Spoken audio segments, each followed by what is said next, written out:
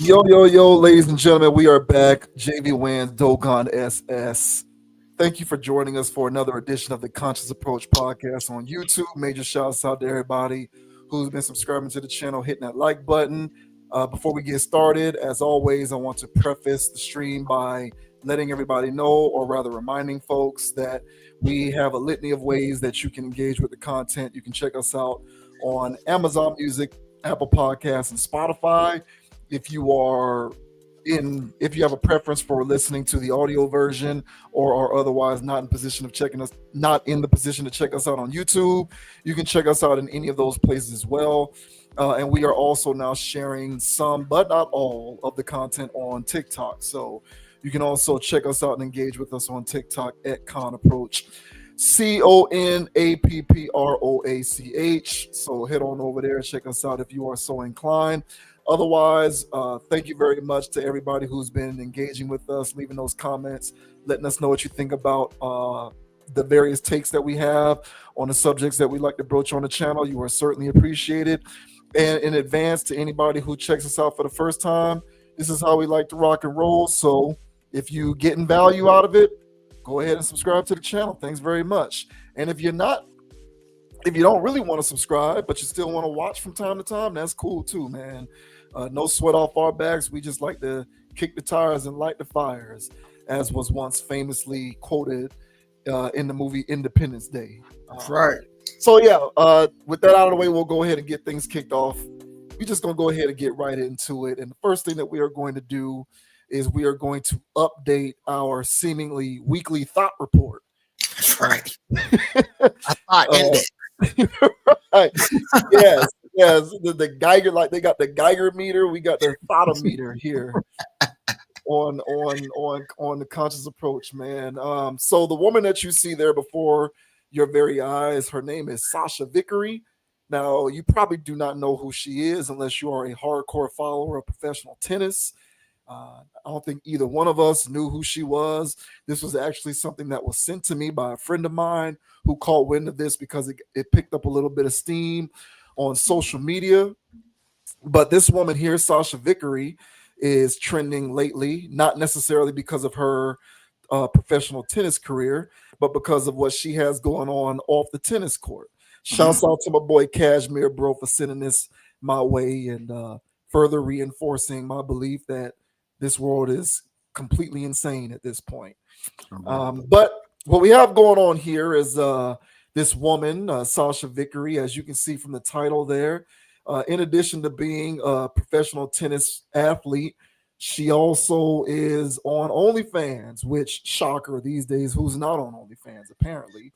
And, she's so dug in on how she conducts her personal life these days that she's now gone full on, ex-worker, if you ask me, but we'll of course get into it. She's defiantly saying that she no longer dates for free, that if you actually want to date her, you're going to have to pre-deposit $1,000 to her Cash App just to get a date. Just to get a date. This is how she feels about life. So this says American tennis stars off-court life sparks backlash. $1,000 to date me.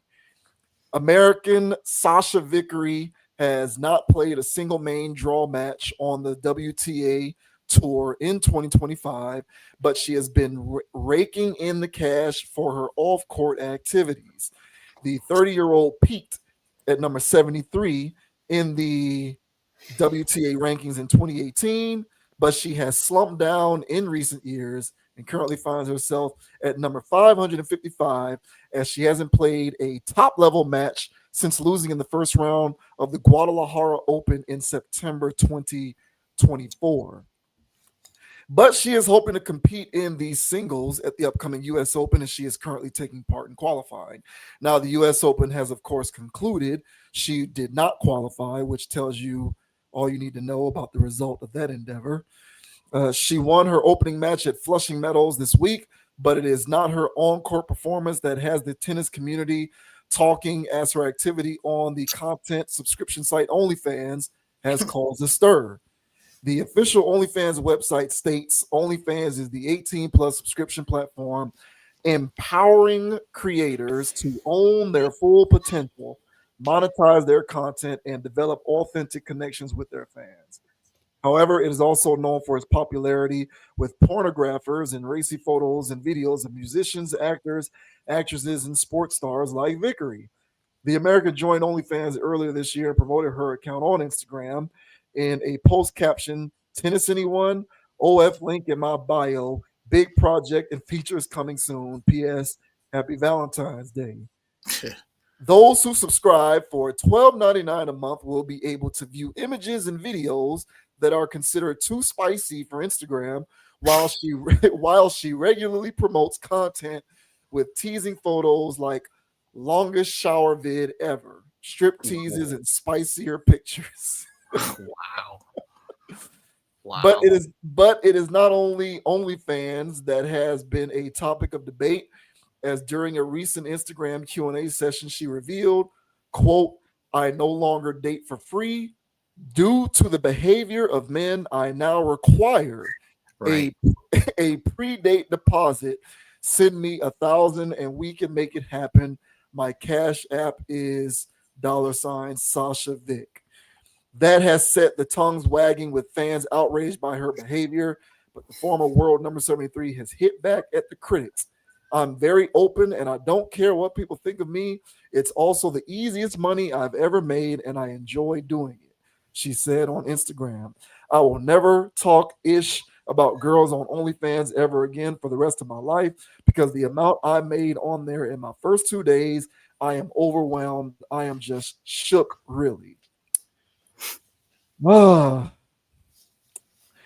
Earlier this year, she opened up about her OnlyFans account taking off as soon as she started it. So there's the gist. There's the gist of it, man. That's the full story here. I highly doubt she was ever talking ish about OnlyFans women before she started doing it herself. Kind of seems to me like she is cut from that cloth.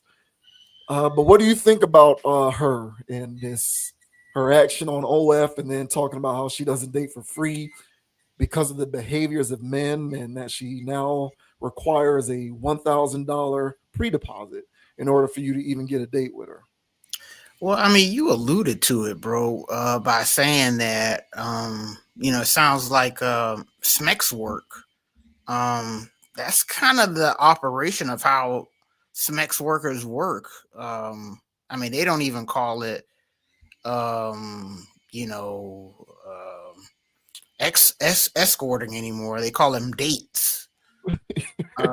So for her to say, a grand for a date deposit, to me that just sounds like politically correct jargon for you got to put money down for me to even consider you to take this serious.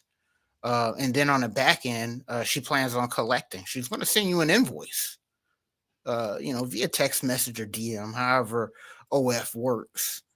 But yeah, man, this is Smex work, 101. And so I'm not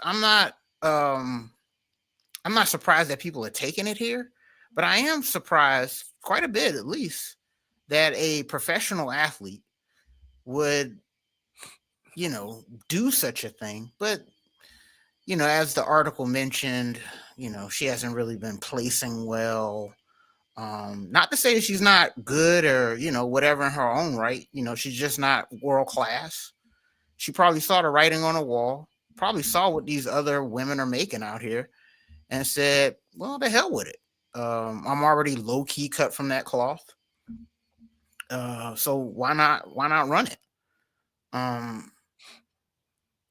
know that also, and I don't mean to overly generalize here, but I tend to think that some of these athletic women also have high drives when it comes to how they like to get freaked out.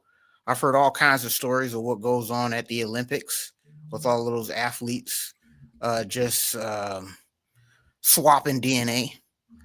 So I wouldn't be surprised if she has a bit of a drive herself, gets a little strange on her off time. So why not monetize that? So all in all, this is the perfect storm, the adequate recipe for someone in her position to actually say F it and start getting F for the cash. And that's what it seems like was going on here. $1,000 for a date. That's not your typical night out at Applebee's or anything like that. Drive-through movie or something like that, or walk along the beach. This is strictly cheek clapping that I assume that would be going on for these expensive dates. So all in all, I'm pretty sure her page was getting beat down enough from people that are like, hey, let me take you out, let me do this and that. Because she's low tier.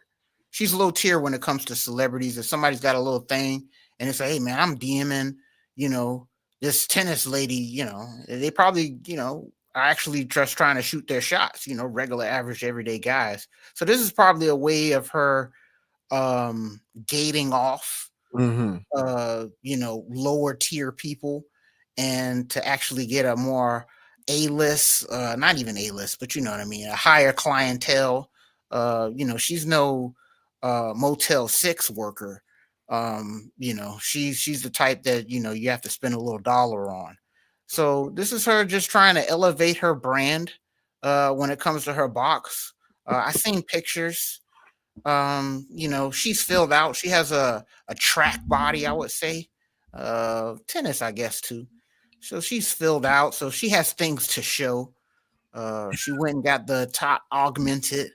I had to do market research on this, guys, because I was like, what's going on here? How are you selling me $1,000? But still, even then, I wouldn't pay the $5 on this one, to quote Martin. But what are your thoughts, man, on this Sachia Vickery? And to hell with it, man. I'm gonna charge $1,000 per date, to get out, because of the current state of men of all things. What are your thoughts, bro? Yeah, that's the part that I'm gonna choose to harp on. You know, at first glance, one might say how she conducts her personal relationship life may be separate from how she does her OnlyFans. OnlyFans might be a catch-all, whereas what she does in terms of her own personal life is her own business. But I'm correlating the two because I believe, now, don't get me wrong, I don't follow the lives and the goings-ons of OnlyFans women all that intimately. Only when we talk about them on the channel, I'll do a little bit of research so that I can speak from not from a place of total ignorance. But I don't follow this stuff intimately. However, also to generalize, I'm going to conclude that at the very least, a good chunk of women who do OnlyFans also charge for dates.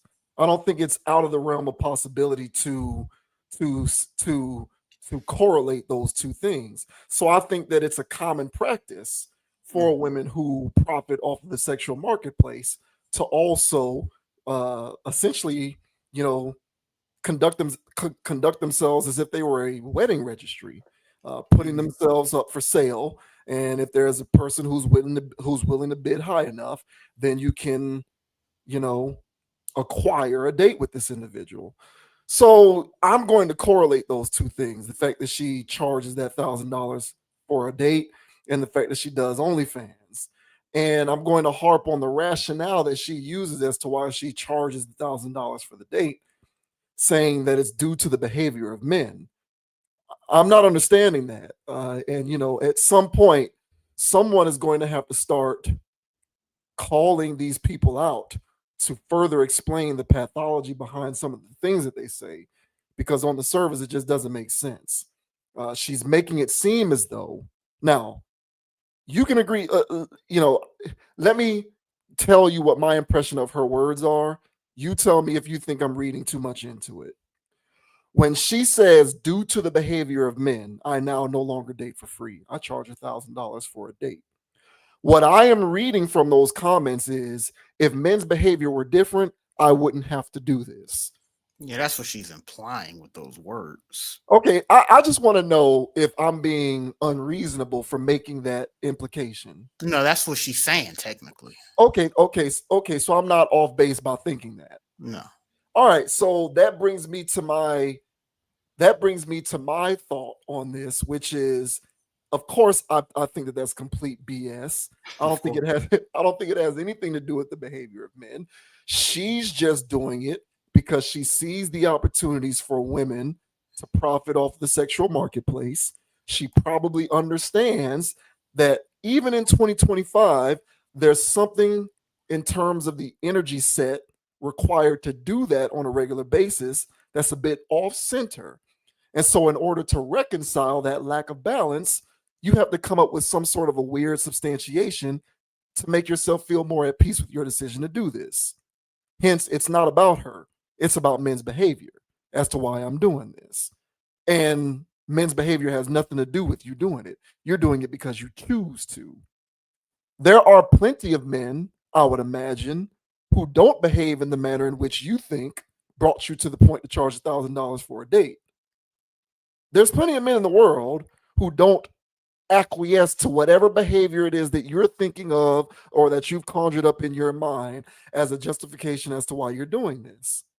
Yet, though none of those men, factor into your decision to essentially be a streetwalker. So my whole thing is, like, if it's men's behavior that's causing you to do this, and I'm following along with her words with that, because again, I think that that's BS. Mm-hmm. But if I am going to give that kind of logic any sort of credence, if it's men's behavior that's driven you to the point in which you're doing this, how about you focus some of your energies on taking inventory as to why you frequently find yourself in the space with the kind of men who make you do these things, and maybe give your energy set to a different type of behavior that's not going to make you charge $1,000 pre-deposit for a date. But of course, she's incapable of doing that because a lot of women these days in her position, because it's not all women, but a lot of women these days in her position are incapable of taking accountability for their own choices. And this is just an ongoing theme with me. Every week, I seem to run across yet another case study of how some women seem to be atrophied almost when it comes to understanding how to take inventory of the role they play and why they're doing some of the things that they're doing based upon their choice of words. If it's really about the fact that it's due to men's behavior, which it isn't, of course. So, we'll continue to broach it, of course, but trust me, folks, I hope no one, because again, like you said, she's like B level, C level. I don't know a ton of people who even know who she is, unless you follow professional tennis and you follow like the tour and all of that. You would know who she is, I guess. But to the vast majority of the casuals out there, I would imagine most people are unaware of who this person is. However, the pathology inherent in that kind of a thought process is, of course, becoming more and more widespread, in which you have individuals such as her who find these weird, grandiose ways to justify suspect personal decisions, to reconcile the fact that they are going down this path. And so for her, that brand of reconciliation is, I'm doing this because of men's behavior. When there's billions of men in the world who don't behave in the manner in which you're probably imagining has caused you to do what it is that you're doing. Mm-hmm. So why is it that you don't find yourself in the company of those guys who can sort of compel you to think differently about the decision to operate as though you ran an escort service? Because that's what this is. There's no other way to explain this. No. So, I'm calling BS on her. She's full of shart. Women like her, of course, are full of shart.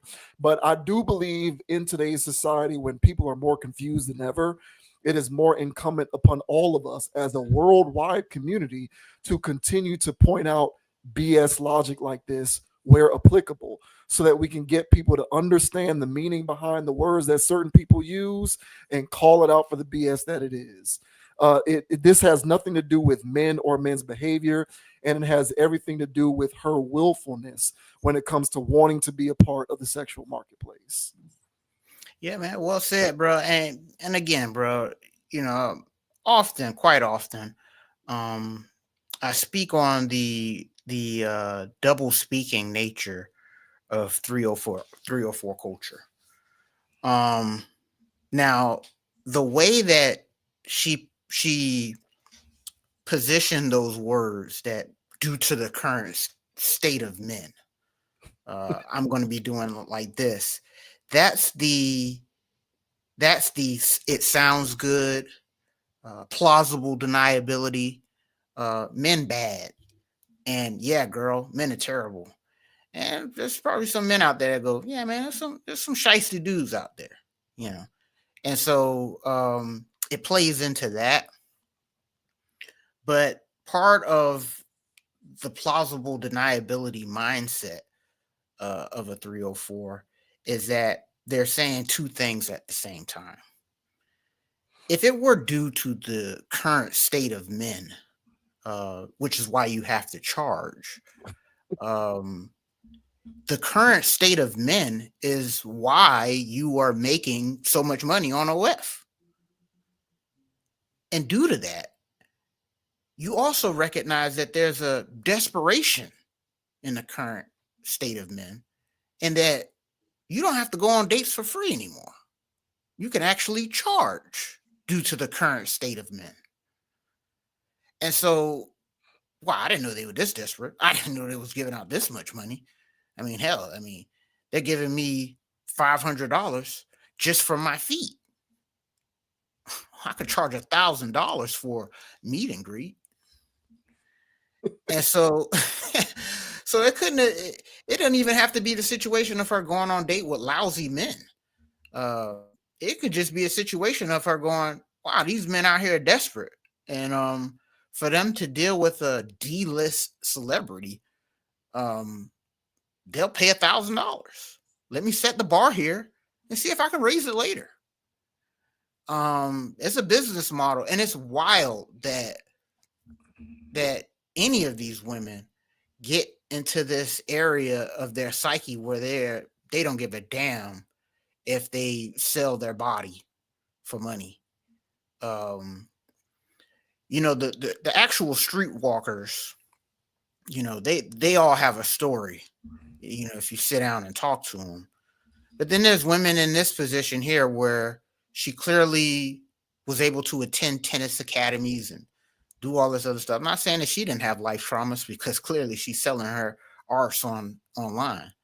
But she's in a position where traditionally she would not have resulted to such levels of degradation unless it was socially acceptable by the social deconstruction that you always talk about. Of course. Yes. And so there are women getting vacuumed in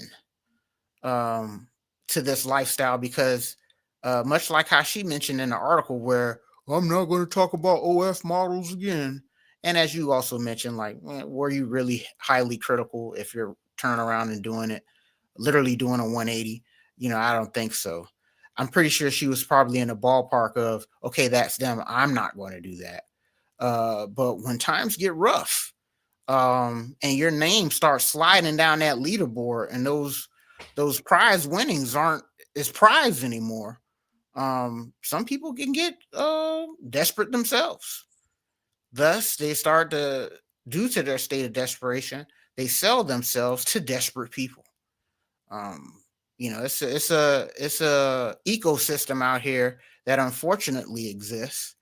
It's an ecosystem that exists due to the fact that everybody has been conditioned in a way where their sex drive is out of control. And I'm literally mean everybody. If you consume any form of media, you are getting exposed to this. Not everybody goes down the pathway of overindulging in it, but everybody is getting exposed to it if you consume any kind of media. And what we're seeing here is that the mean is starting to expand, and there's the more people are falling into the bell curve. That's what I'm referring to when I talk about the aggressive mainstreaming of it. Yeah. Yeah. And so this woman here literally encapsulizes all of our conversations that we've had leading up to this point regarding the social deconstruction, women just going ahead and just selling themselves, because this would appear on the surface, at least, as a woman who is an athlete who takes care of herself. She trains, competed at high levels, I'm sure, but still found the need to result to this type of action because she feels as though it's acceptable now. Yeah, this actually, is an excellent case study of, hey guys, look, whether we like it or not, the normalization of this is becoming more and more pervasive. And again, it just speaks to the level of desperation of men out there, that there's some guys that are going to pay that. I don't know who you are, gentlemen, but I think you guys are going to need some help. So hey, it is what it is. Also, like you, man, I don't necessarily get into the mindset of blaming these women per se. They're just following where the money's at. And if the guys weren't out here creating an environment for them to live in, I mean, it's such fertile ground, bro. The only thing they have to do is post feet. And here comes it. I mean, there's guys that are into that. I mean, they just want to see. I mean, it's outrageous. Yeah. I'll never understand it. But well, that's where we're at, man. And that's what I'm saying. And for those guys, apparently there's a lot of them. So Well, yeah, man. I told you what I told you. I talked about it on the channel before. A friend of mine back when I lived in Tallahassee, she was a bank teller. Oh, that's right. And she used to tell me how often men would show up claiming that their accounts were fraudulent. There were fraudulent charges or something like that. And so she would look into it and see all of these adult-oriented charges, which is the reason why the account is in the negative. And they're trying to get some of the money back, talking about fraudulent charges. And it's like, nah, bro, you was just swiping money that you didn't have because you need to feed that beast, and you have a problem, sir, that you need to get sorted out. Yeah. So the prevalence of it, even though I don't understand it, I fully grasp it. And of course, not to beat a dead horse, I've said repeatedly, and I'll say it again, this problem, because make no mistake about it, ladies and gentlemen, this is an issue. You can't, on the one hand, have countless conversations about the increased divorce rates and how tricky and difficult modern relationships are, and how the nature of women makes it difficult for men to date, and vice versa, how the nature of men makes it difficult for women to date. You cannot have these various ongoing conversations without talking about the proliferation and the mainstreaming of sex work. I'm not suggesting causality there, but you cannot deny the correlation. They are related. So you can't have those conversations, which are replete throughout the internet. Everyone loves consuming relationship content online. You can't get into that without also acknowledging some of this stuff. It is a problem. All right. It is a problem. But despite how much of a problem it is, I nevertheless do resign to my belief that the primary culprits in this entire dynamic are the individuals who create the marketplace. Women like this can't make all of this money if there aren't weird old guys online paying this stuff. And trust and believe, these same guys, these same socially atrophied dudes who don't touch grass enough, who are paying $12.99 for whatever it is that she does. I'm pretty sure on the higher end, the guys who make enough money who can afford it, it's the same people who are willing to spend $1,000 before you even get on a date with her. So you don't even know if you're gonna get on a date with this chick and even like her. You got to drop that $1,000 as a down payment before you even get to that point. It's a deposit, non-refundable. Literally, yeah. Literally, it's insane, man. And this social deconstruction stuff, it's real. And you mentioned, you know, my only issue when it comes to women is don't give me your mental gymnastics with this stuff. Yeah, Uh, don't. don't sell me on the idea that you're doing it because of men's behavior. You're doing it because you see an opportunity. Yeah. Um, as aggressively mainstreaming, as aggressive as the mainstreaming of sex working is becoming, it is no longer incumbent upon people like her to sell me on a dream. You don't need to give me the excuse that it's men's fault that you're doing this. Just be out in the open and say it. I'm doing it because I know that if I drop booty, I can get a whole bunch of money online that I otherwise couldn't get. But don't give me this whole runaround about the behavior of men. It has absolutely nothing to do with it, other than what you pointed out, that due to the weirdo behavior of today's man, there's a high likelihood I can get online and these weirdos will pay this money. Yep. And like, when it comes to the advent of the social deconstruction, you know, it's a sleight of hand thing. I keep saying it, it's a trickle down effect. The more you hear something, the less odd it becomes, to the point that over time, eventually, it'll just become a part of the zeitgeist. Like, no one will be questioning the oddity of it after a certain point. And when you have influential people echoing these various forms of propaganda, it's no wonder how we can get to this point that we are at, where people do feel this way about this stuff. And I don't know if you know who do you know who AOC is? Yeah. So I don't know if you were following along with this, but years ago, it was sometime during the pandemic, she put out a post on Twitter saying sex work is work. The I federal remember that. Yeah, I remember the that. federal government has done almost nothing to help people in months. We must pass stimulus checks, UI, small business relief, hospital funding, etc. Keep the focus of shame there, not on marginalizing people surviving a pandemic without help. And then there was somebody in the comment who's like, thank you so much for saying this. Sex work is work. Furthermore, we must fully decriminalize sex work, no exceptions. Now, I'm not here to put people in jail, but my overall point is people in influential positions such as her echoing this rhetoric repeatedly over time, you get to a point in which the stigmatization behind the idea that a person is just going to hop on the OnlyFans and forsake everything else in life as a weird thing no longer exists. So the pervasiveness of said social deconstruction is fully entrenched. And all you have to do is just look at comments like that. It's no wonder why it's happening. Just don't try to convince me that it's anything other than that. Don't try to tell me that this is about anything other than you capitalizing off of this microeconomy that looks to be not slowing down. It will continue to persist. But you guys out there, man, who are willing to pay this $12.99 for this, Step forward. I want to hear your logic on this, because I told you I did my investigative research. All right, and if I had OF bucks, and I could spend money on these ladies of the evening, to view their content. I wouldn't spend $12 a month on this, even even with a waiver or a stipend. I will go. I will use this on something else. So please step forward. Let me know your logic on this one. Hey, because she's clearly somebody's cup of tea. Just not mine. But all well and valid points, man. But it wouldn't be modern 304 culture if there wasn't any gaslighting, if there wasn't any plausible deniability.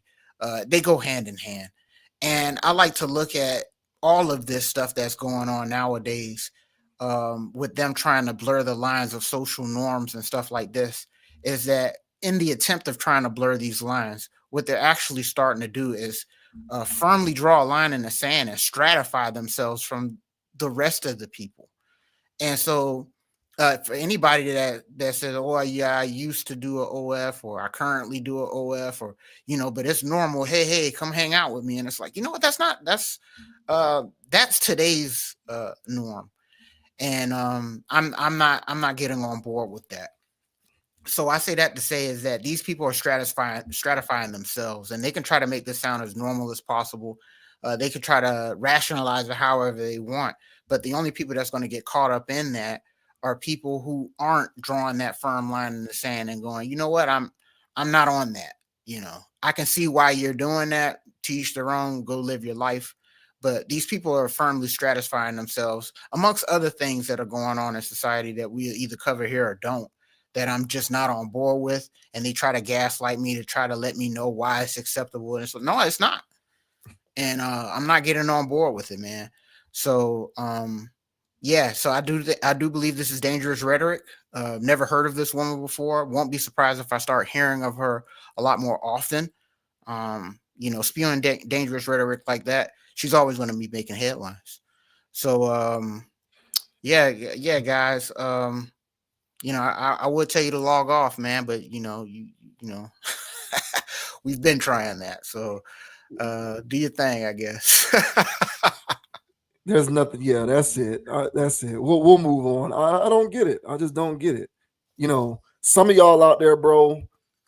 You know what? $12.99. Let's just round up to a whole number to make the math easy.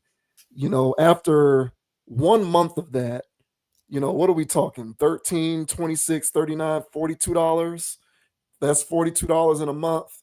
You could have taken that $42, you know, invested in a nice, clean, button down shirt, get yourself cleaned up, man. Go hit a networking event, a social gathering, go to the bar, a live event. I'm just saying, bro, like go to a comedy show, a live event. Do so you can afford. This is a part of your budget. I'm assuming you can allocate it elsewhere, and you can actually be touching actual Sachia Vickeries instead of forking over your hard-earned dough for this weird form of patronization. I don't understand the appeal. I don't understand it. And it's not a generational thing because it runs the gamut. Is old guys doing it, guys our age doing it, and there's young guys doing it too. So I guess people are just caught up in the rapture, man. But for the life of me, I just don't get it, man. Y'all need to touch some grass and stop paying these vagrants. Stop paying women like her. She doesn't deserve your money. Hey, man. Hey, well said, man. But I'm just saying, bro, these dudes is everywhere, man. You dap them up at the gym. Yeah, I know. You know what I'm saying? They don't even tell you, but you know what I'm saying? They got a few. I work with it. Yep. I work with them. I definitely know I dap up a few of them in the gym. You're right about that.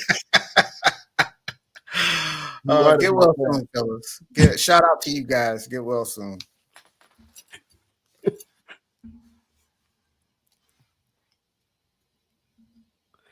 Next up, we are going to talk Tracy McGrady and a slip of the tongue. Apparently, he let it slip on an episode with Gilbert Arenas on Gilbert Arenas' podcast that apparently the NBA will be, I guess, experimenting with a one-on-one event during the NBA All-Star Weekend festivities in 2026. So this says Tracy McGrady spills that one-on-one competition is coming to NBA All-Star Weekend. Tracy McGrady has shared that the NBA is reportedly planning on announcing a one-on-one tournament is coming to the 2026 All-Star Weekend. During a recent appearance on Gil's Arena, McGrady claimed he was informed by NBC that the competition will be included as part of NBA All-Star Weekend in February 2026. I don't know if you guys know, but I had a conversation with NBC. Sorry, NBC, if I'm not supposed to be telling this. I think they're going to have one-on-one at NBA All-Star Weekend this year. NBC Sports announced in July that McGrady will be a studio analyst for NBA on NBC this upcoming season. The 7-time NBA All-Star argued that the league needs to create a new generation of superstars and believes a one-on-one tournament will help accomplish that.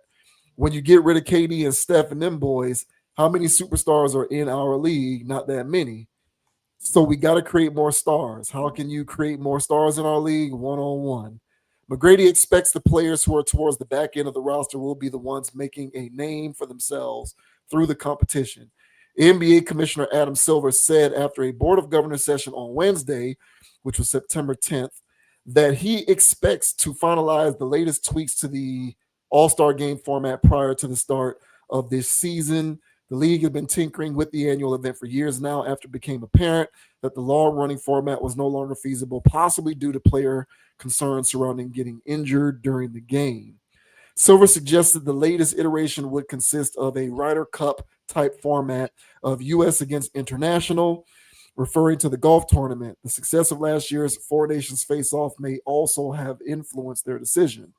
Even though the NBA commissioner did not mention that a one-on-one tournament was also on the table, the Women's 3-on-3 Basketball League, Unrivaled, provided the league with a template and proved that the format can thrive. So, what do you think about McGrady's apparent revelation that the NBA is playing around with doing a one-on-one tournament for the All-Star game? You know, in principle, I guess I like it. It sounds like it could be entertaining to a degree, but it all varies again on how serious these guys take it.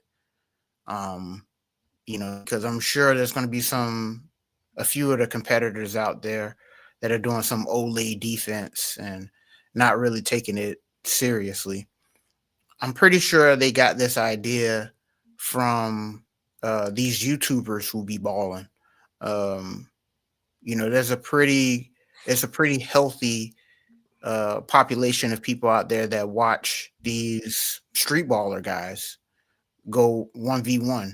And, you know, I'll catch it on TikTok a few times here or there. And, you know, watching these guys play.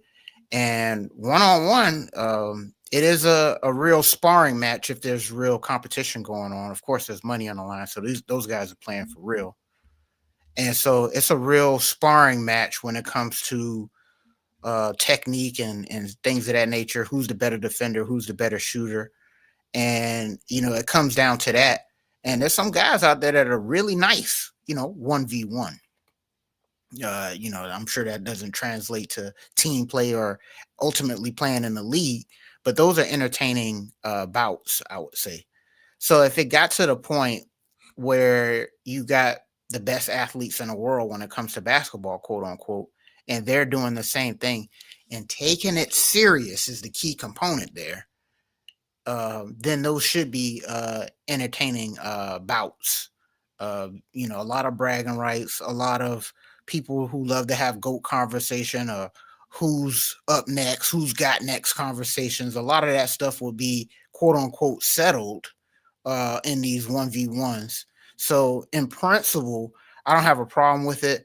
I think this alone is a way better idea than the skills competition. Get that crap the hell out of here. The celebrity game is what it is. The rising stars versus the rookie, that is what it is. I don't have any issues with that. The actual all-star game itself, it fell flat on its face because the guys don't take it seriously. They can say it's because of injuries or whatever. That's not. They want to break. These guys don't want to play, and they don't see the value in playing another game. So that's why the all-star game fell flat on its face. So the main caveat here is, will these guys take it serious? Or are you going to see some dudes out there doing some Olay defense because this other guy's taking it serious and I'm not? So he can have it. It ain't that real to me. I got my TV shine, you know, all of that stuff. It's weird, man. So you're basing a large component on this on modern NBA you know, philosophies of how these guys go about playing ball. So we'll see. But in principle, I think I like the idea. Just get rid of the skills competition, throw this in there. I think that'll spice things up. But what are your thoughts, man, on Tracy McGrady, low key or high key, spilling the beans here, saying that there might be a one-on-one competition in the All-Star game this year? What are your thoughts, man? Yeah, we'll just have to wait and see. You know, if this turns out to be true. They could have also gotten inspiration from Big Three because there is a one-on-one component in Big Three too. I think it has something to do with challenging foul calls. It's like a bring the bell or bring the rain or the fire or something like that. And and you can settle a foul call dispute via a one possession one-on-one type thing. So like that. they could have also gotten inspiration to try this out if it's true from the big three. The only thing that I'm questioning is if the intent behind it is indeed to give younger, lesser known players more shine. I don't know how this is going to supplant what they're already trying to do with the Rising Stars game, Agreed. because the Rising Stars serves as the showcase for the younger players. Agreed. And in terms of effort given, that game they give more effort than the actual All-Star game, I agree. because the younger boys want to make a name for themselves, so they try a little harder in the Rising Stars game. Mhm. And that still isn't enough to move the needle in terms of creating new superstars for the NBA. Everybody's still, despite the Rising Stars game, clamors to see LeBron and Steph all day. Yep. So if the methodology behind trying something like this is to create a platform for younger up and coming players to get shine, I'm not sure how effective a tactic it is, because that's already not as effective of an idea when it comes to the Rising Stars game. We still don't really care about the young guys, and they get their own game on Friday night as a standalone. So that's the only thing that I'm questioning, is practically, will it actually create that kind of buzz? But having said that, that is the only way to make an event of this nature actually be appealing in any kind of way, because established players will not do it. They were too scared. Yeah, they won't do it because they don't want to lose. They don't want to look bad. They feel like it'll hurt their brand or their whatever. Yep. So they don't want to take the gamble of doing a one-on-one that's supposed to be entertainment for the fans. Correct. They don't want to take the gamble of having it look like they came out some kind of a loser, even though in the grand scheme of things, nobody's going to care, because, you know, if my favorite player is Giannis and Giannis is playing against Kyrie in a one-on-one match, Kyrie should win because Kyrie's game is tailor-made for one-on-one. And if Giannis loses that, I'm not going to care, because when Giannis goes back to play for the Bucks and he's averaging 30 and 15, I'm not going to give a damn that he lost the one-on-one during the All-Star weekend. But that's not how these guys view it.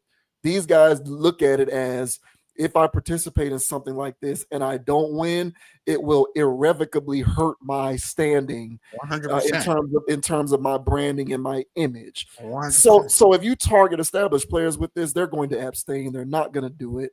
Mhm. And the ones who you do sort of pull their leg to get them to do it are going to give a half-assed effort, similar to the effort that they give during the actual game. Yep. So even though I'm reticent to buy into the idea that a one-on-one game is going to create an environment for us to start paying more attention to the younger players, I also have to admit that if you are going to attempt a one-on-one game, the only way to make it even remotely appealing is to target the younger players to get into it, because the older veterans and the established players, they aren't going to do it. They're a bit too image conscious and chicken shit. I mean, I agree, bro. And to speak on your point about, you know, the established players, I would also add that, you know, a part of their brand, a large part of their brand, is casuals. You know ball, bro. So they're not doing it for the people who know ball. Right. The casuals will say that there's no way possible that Giannis can be the GOAT now, because everything has to be a GOAT conversation. So whenever there's these debates going on where there's like, oh yeah, this person's the GOAT, or is this person going to be the new GOAT? Is he the new one? Well, he can't be the new one because when he went 1v1 with Kyrie Irving, Giannis has the height advantage. He should just back him down, but somehow he loses. There's no way he could be the best basketball player of all time. Come on, bro. Yeah. So then there's going to be this unnecessary conversation going, and you know who's going to drive these talking points is Casual Sports Network, ESPN. Yes. And now Big Perk is sitting there, you know, percolating, okay, and pontificating basically saying that KD isn't the best score, best pure scorer of all time anymore because he lost 1v1 versus whoever. So, he doesn't have elite enough defense because he lost 13 to 6 in the one. These guys can't afford this for their legacies, for their brand, for their casual followings online. They don't want any of that noise going on in their chat. You know what I'm saying? So let me just abstain. Let me not deal with this. This is the same reason why they don't get in the dunk contest. Yes, I was going to bring that up. That's correct. Yeah, so yep. they're not gonna do that. I would be surprised if I saw a big name doing this. Now, I guess if they want to, if the league is doing it, I agree with you with the Rising Star thing. That is supposed to be where the young guys are supposed to showcase, but that kind of gets lost in the wash because it's happening on Friday night. Whoop-de-whoop. The celebrity game was before that. People got things to do. Yeah. I'm going to watch the dunk contest. I'm going to watch the 3-point contest. I'm going to watch the skills. I guess there's some people that want to watch that. Now, if they do that on Saturday night, if they do the 1v1 on Saturday night, sandwich that in between the 3-point and the dunk, that will capture a lot of attention. And then some of these guys that are on the end of the bench, ballers, okay, because the league needs to be expanded. Okay, there's too many guys that can hoop that are not in the league. All right, there's too many guys that can hoop that are on G League teams.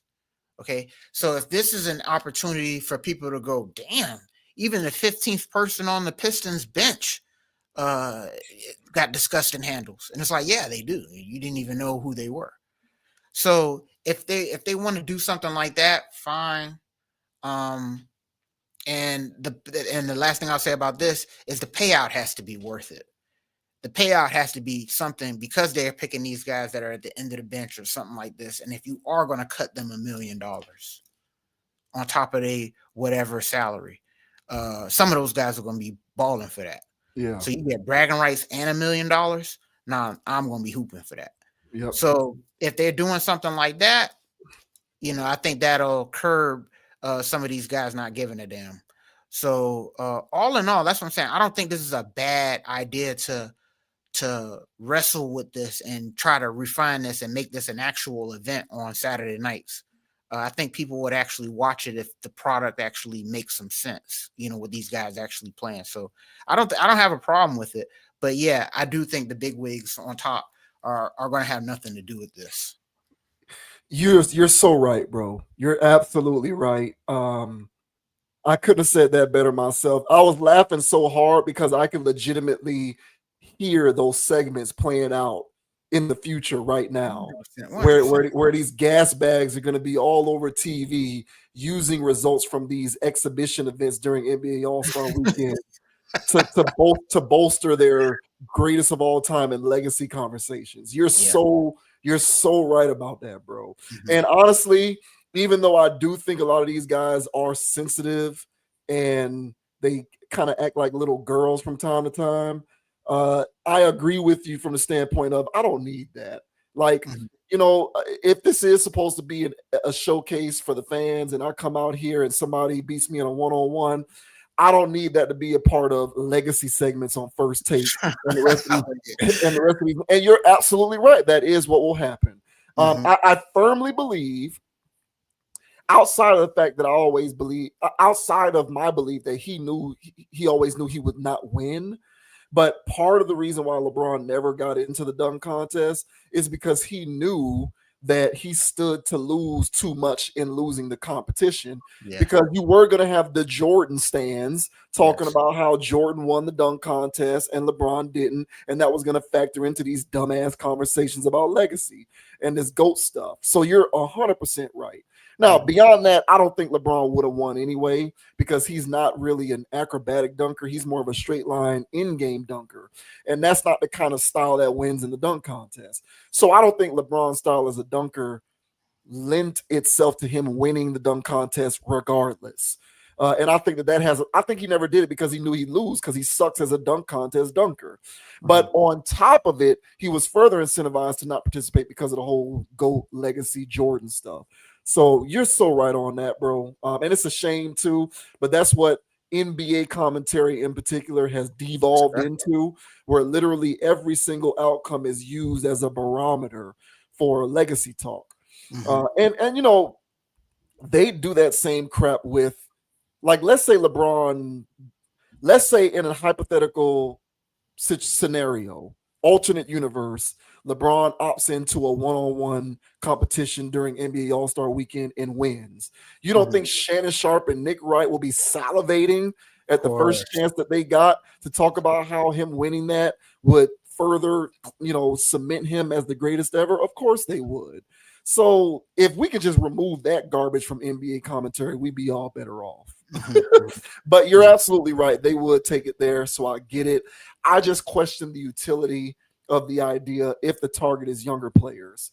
But if they can facilitate an environment in which it's worth it, they provide the effort and they do it right.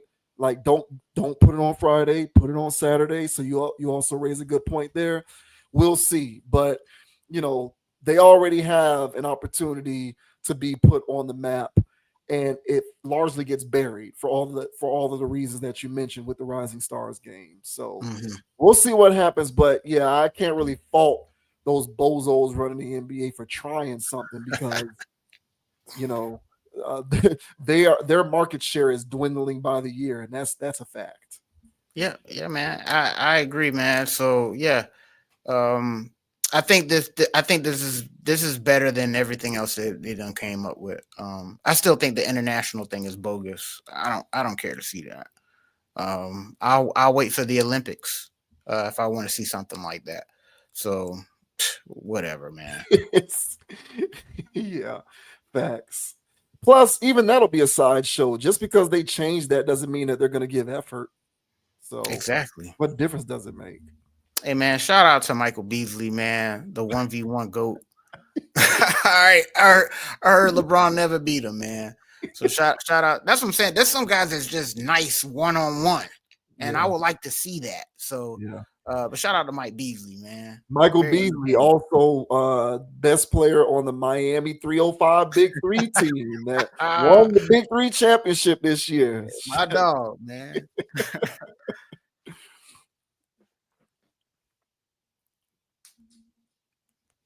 Now we have Adrien Broner and Cameron during an interesting exchange on a recent episode of It Is What It Is, in which Adrien Broner was a guest.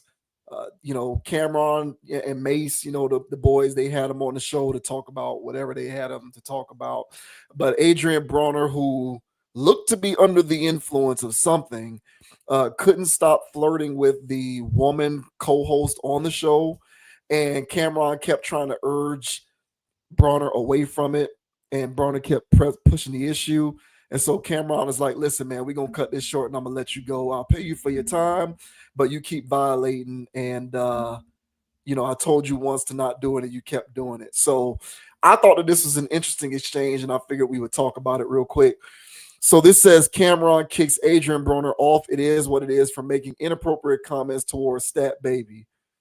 Cameron abruptly ended his interview with Adrien Broner on It Is What It Is after the boxer made several inappropriate comments towards treasure Stat Baby Wilson. Clips of the moment have been circulating on social media on Tuesday. Broner begins by remarking that Wilson looks good in person. I love you. I'm sorry. My bad, y'all, he later says. As he continues making remarks, Cam signals for him to knock it off and tries to move the conversation on to football. So I'm going to, of course, skip through that. The incident with Adrien Broner isn't the only drama Cameron has been caught up in as of late. He also recently made headlines for trading shots with Dame Dash on social media. The Rockefeller Records co-founder joked about Cam working with 50 Cent on a revival of the iconic film Paid in Full. All right, so here is that exchange between Cam and Adrien Broner when Adrien Broner just wouldn't let it go on It Is What It Is. Good. In person. Thank you. For I real. appreciate that. Hey, what you waste that? I love you. The guy. I'm sorry. My bad, y'all. My bad. Arabia, is that a real background? Hey, Stat, could you stop Yes. smiling? Can you stop smiling? You Arabia is. Nah, yo, bro, some G, yo, bro, some G shit. We gotta. My boyfriend here, yo. Right. Oh, shit. I told you that. My bad. Nah, like it's all like. Okay, we can move on to football then. Stat. Oh my god. Yo, Stat, let's do the football. I guess that answered the question about Floyd. When I see you taking off some time, I'm mesmerized by Stat. This nigga here, bro. I did not know you looked that good in person. My bad, bro. You're amazing. All right, hey, we gonna have to actually go, my nigga. I mean, I'm gonna pay you for your time. Yeah, man. I appreciate you. But I love you, my nigga. I'm not doing it again. Yeah, no. I can't. I asked you the first time. I don't have no problems with you. But I'm gonna pay you for your time. But you can't violate, bro. I told you that. I'm not, though. I'm not. Nah, I told you niggas boyfriends in here. You know me with my brother. Oh, shit, my bad, bro. My bad. Nah. But I appreciate your time. It's me. Well, if you want to wait for us outside, you could. But I'm not gonna sit in and not value your time neither.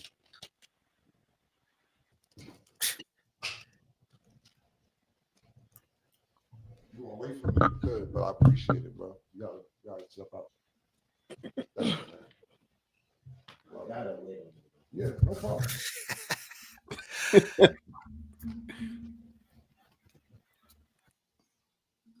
Yeah, man. So that's how that went, and that's been going a little crazy on the internet today. What did you think about that exchange and the way Cameron handled that with Broner? I felt that I felt Cam stood on business on that. I feel like he handled his duties there. I think I looked this up. I don't know if I think I looked it up. They're not related. I thought Stat and Cam was related, but I don't think so. Yeah, but all in all,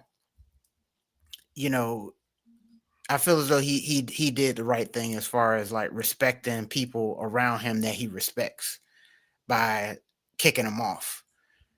And he said, "Hey, look, man, we already talked about this." And for him to proceed to do so in such a belligerent fashion, for real, he wasn't going to stop. And at this point,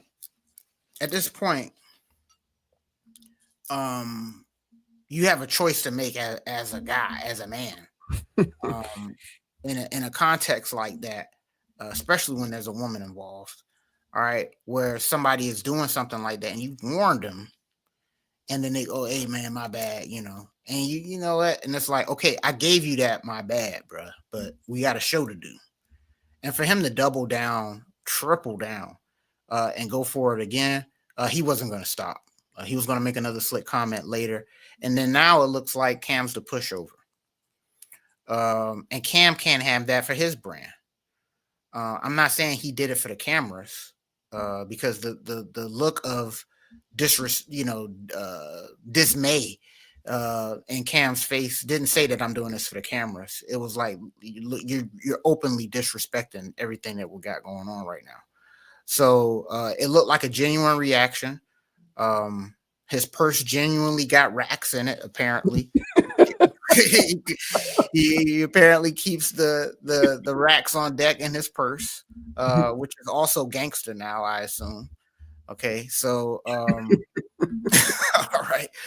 But hey, man, this is the world we live in. But all in all, when you're dealing with a junkie like Broner is, because his slurred speech, that's not just alcohol, ladies and gentlemen.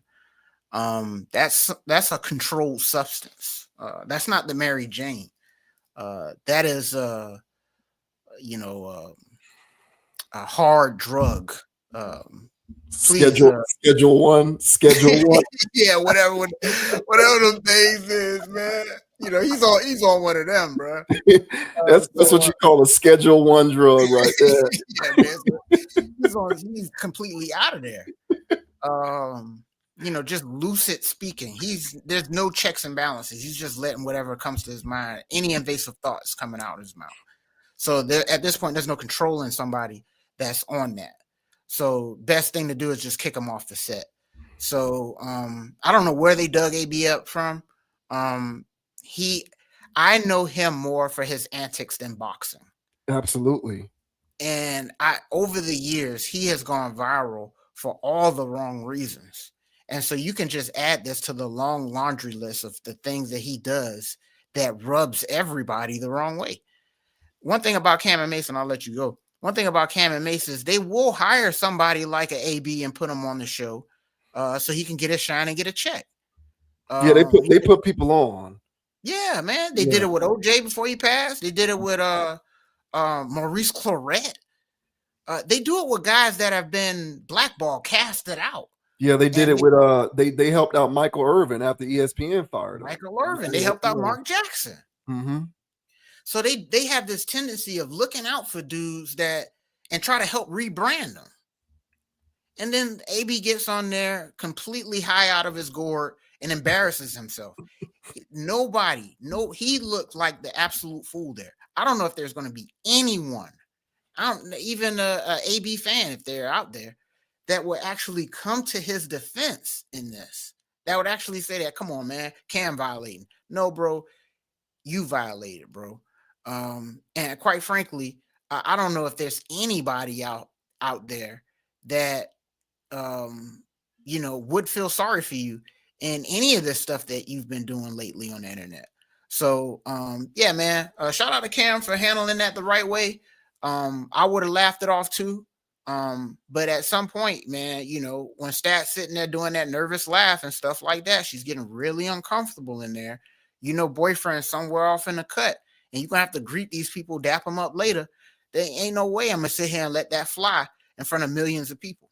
So in front of millions of people, I'd rather embarrass you and send you off the set. So well played there by Cameron.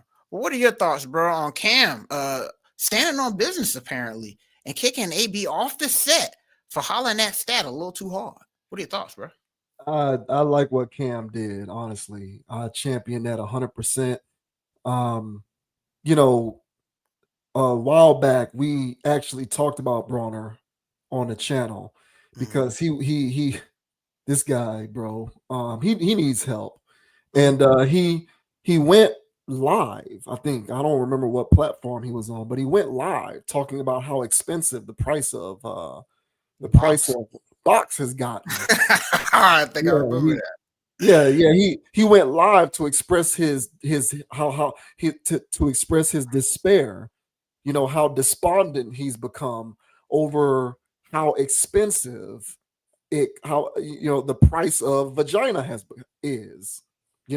So clearly this is a guy who lives the Shannon Sharp life. His interactions with women are transactional. They are of a transactional nature. It isn't a matter of what woman can I meet and go home with. It's a matter of how much do you cost for me to take you home with me.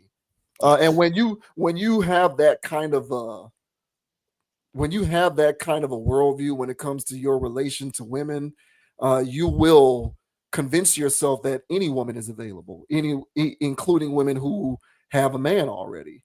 Yep. And what I like about what Cam did was, he stood on business in terms of upholding traditional man code, or at least that's how I took it. Now, nowadays it's very old fashioned, apparently, for men to honor and respect the fact that a woman has a man, right? Nowadays it's old fashioned to look at the world that way.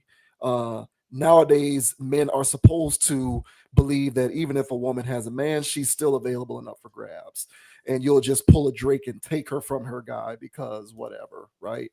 Are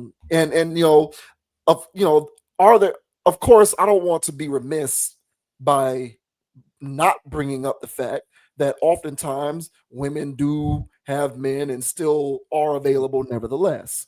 But there's a difference between the way that a woman who is available but also not available at the same time carries herself, and the way that a woman who truly is unavailable carries herself. There's a difference between the two. And these days, New Age man code stipulates that there is no difference, that it's all the same. And so it doesn't matter whether a woman is giving off the energy that she truly is unavailable or not. You just go ahead and go for the gusto because it doesn't matter. I'm not a fan of that particular brand of man code. I still subscribe to the traditional type of man code, which is unless a woman is giving you clear and obvious evidence that she's available, even if she has a man, it's off limits because she isn't giving you the vibes that she is available. But that's an old-fashioned notion, apparently. And what I like about what Cam did is he adhered to the old-fashioned code that I subscribe to. So from that standpoint, I do appreciate it because some semblance of that, in my opinion, does need to be retained, even though we are clearly moving further and further away from it.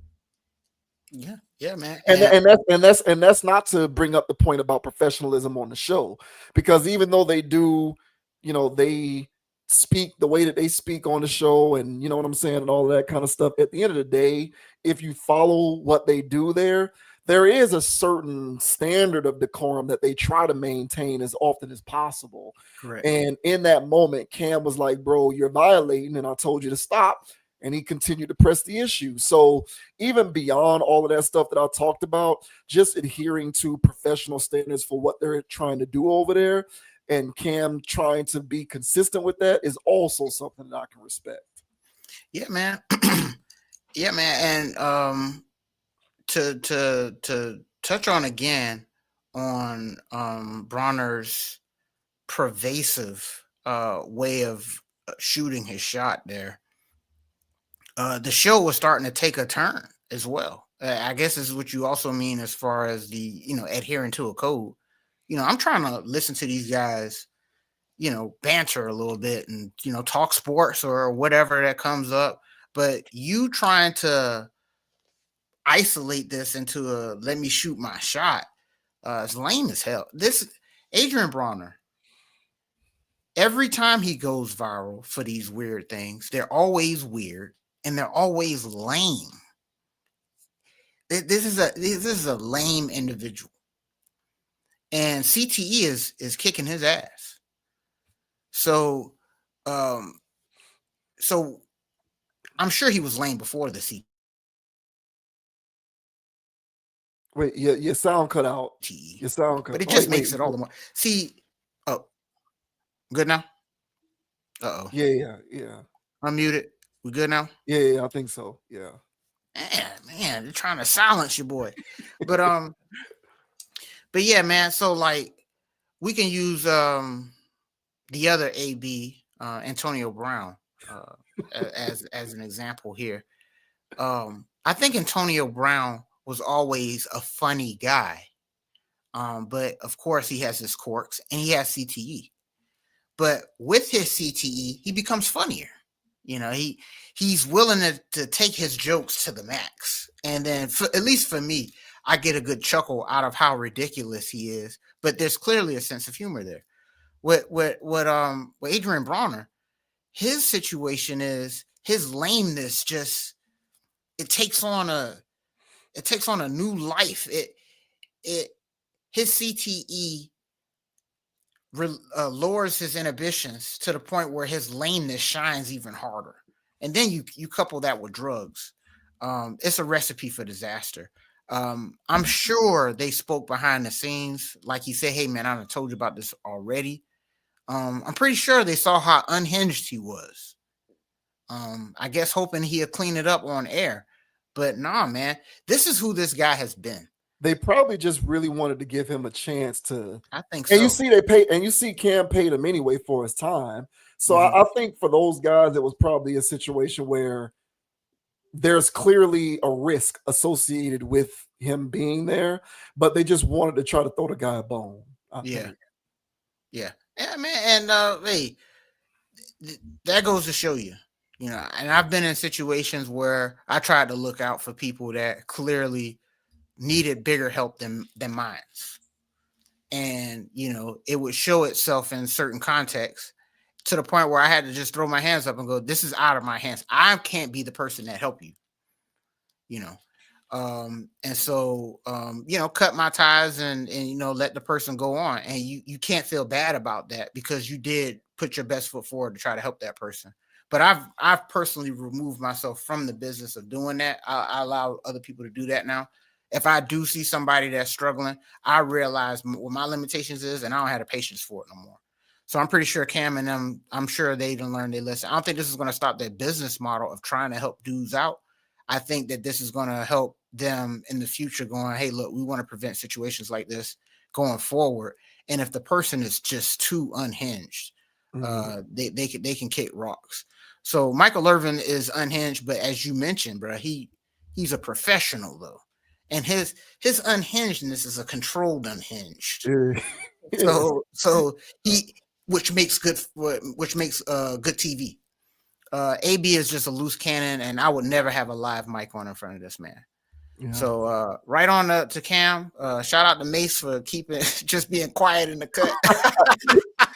Well, Mace tried to divert it. Mace tried to divert it to the other girl they had on there, but it didn't work. Broner couldn't take the hint. I mean, I hope Broner gets the help that he needs, right? But again, man, for me, I know honoring man code in the traditional sense is old-fashioned. Mm-hmm. But certain old-fashioned things, in my opinion, do need to remain. That being one of them. It's a microcosm of the way men in general need to accord themselves towards women, I believe. There's a different. It's one thing for a woman to have a boyfriend or a man, but she's still, despite that, sending out all of the signals of availability, and then you try to act accordingly. It's another thing entirely for you to feel like a chick is up for grabs, despite the fact that she has given you no indication whatsoever that she is available. She isn't sending out any of those vibes.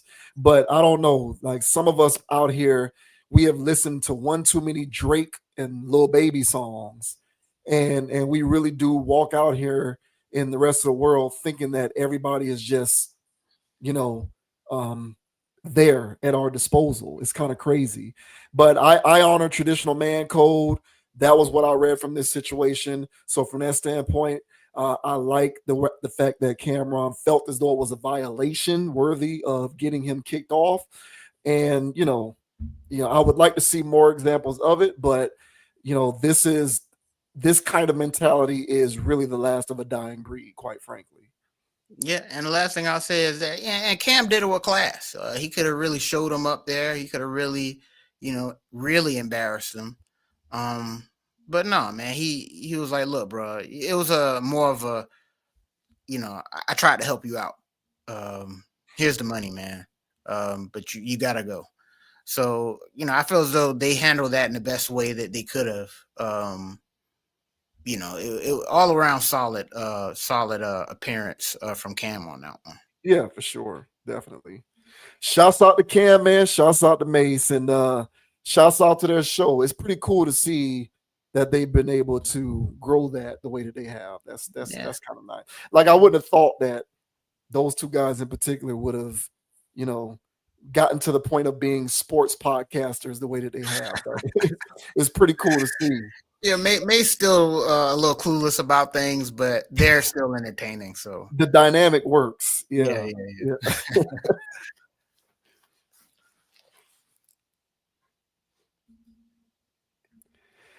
Friend of the channel, Nick Cannon, was I think this topic, not to cut you off, I think this topic is bringing this kind of to a close.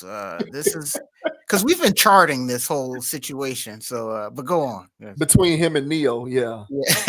Yeah. So this is somewhat full circle, yeah. But Nick Cannon was on the Breakfast Club, and they got on to the topic of his personal life. Of course, oftentimes, whenever Nick Cannon is making public appearances to do media, the conversation seems to inevitably circle back around to the fact that he has 12 children by several different women. It's a topic of discussion on behalf of Nick Cannon, and to his credit, he never seems to be shy to talk about it. And what was interesting about this recent appearance on the Breakfast Club is he kind of divulged that through therapy he's learned that him fathering so many children was a response to trauma. And so he's been trying to reconcile some of those emotions, and he's come to the realization that that's what's been going on. So this says Nick Cannon explains how having 12 kids was a trauma response. Nick Cannon reflected on having 12 children during a candid appearance on The Breakfast Club on Monday morning. In doing so, he admitted that the move was a response to trauma. He also explained that he had this realization after starting therapy. So, of course, I'm going to skip through the quotes. As for whether he'd still have 12 children without the trauma, he explained, I don't know. And I've always said this, every child that I have was made out of love. So I'm going to skip through here. When The Breakfast Club shared a clip of the interview on Instagram, fans were highly critical of Cannon. He was supposed to go to therapy, not the maternity ward, one user wrote. Another added, so instead of seeking help, creating broken homes was better. Nick Cannon has a total of 12 children with several different women, including his ex-wife, Mariah Carey. With her, he shares twins, Moroccan and Monroe.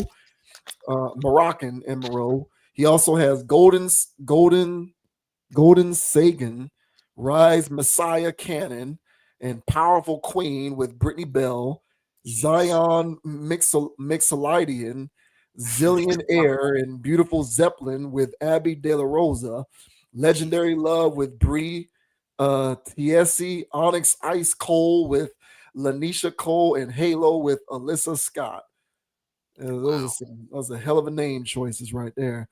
But here is Mr. Cannon here talking about how him fathering all of these children was a response to trauma. So you think having all those kids was a response to your trauma? Yeah, 100. Now I'm learning that now. Yeah, and it wasn't like I was acting out. It was more of being careless, being frivolous with my process because I could do it, because I had the money, because I had the access to whoever and however I wanted to move. And, okay, they coming at me, they asking me, opposed to like doing a mature thing and saying, hey, well, it probably makes more sense to do this. And then obviously life happens as well. So it wasn't like, oh, I'm gonna go have 12 kids. It was more about like, yo, I'm gonna just live life and have fun, and whatever happens, I can handle it. When it probably, being almost 45 now, I can sit back and be like, yeah, if I would have thought the process through a little bit more and took time to actually do the inner work, things might have been a little different in certain scenarios. You wouldn't have 12 kids. I don't know. You know what I mean? Like that's the only thing, because I've always said this, every child that I had was made out of love, and there were strong relationships. It's just, if I would have did the work and the healing after getting divorced, I probably would have took my time in a lot of other scenarios. And for whatever reason, I thought that was the answer. A lot of times it was like, oh, well, I'm gonna figure it out over here. Opposed to like, yo, now you're leaving trauma every step of the way, instead of, fixing it from its origin and then being able to present itself. But then like concepts like monogamy and stuff like that, I still feel the same way. I was going to ask you, has your view on that changed then? Nah, not really. Not for me, and that, again, that's the work of, whether you want to go back to like Freud's process of like my childhood and my upbringing. I grew up in a very unorthodox situation and household. So I've always understood that, love happens differently.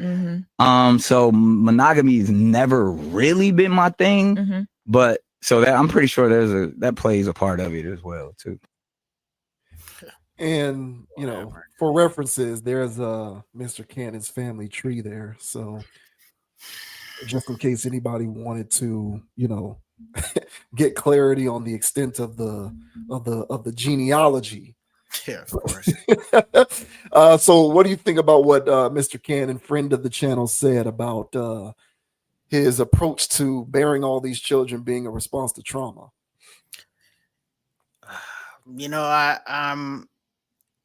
I'm starting to think that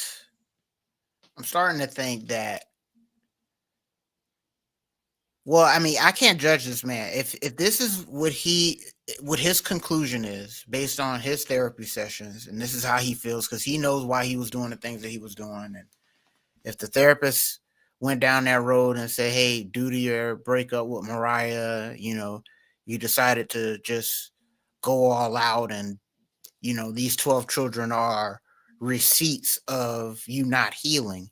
Only he can attest to that. So if that's how he feels, that's how he feels. Me personally, when I saw all of this stuff going on, he's at kid number 9, he's at kid 10. I took this as a situation, as he mentioned at the beginning of his statement, like, well, these women are coming at me. We're having these agreements. If it happens, I ain't mad at it. I can afford it. And move on.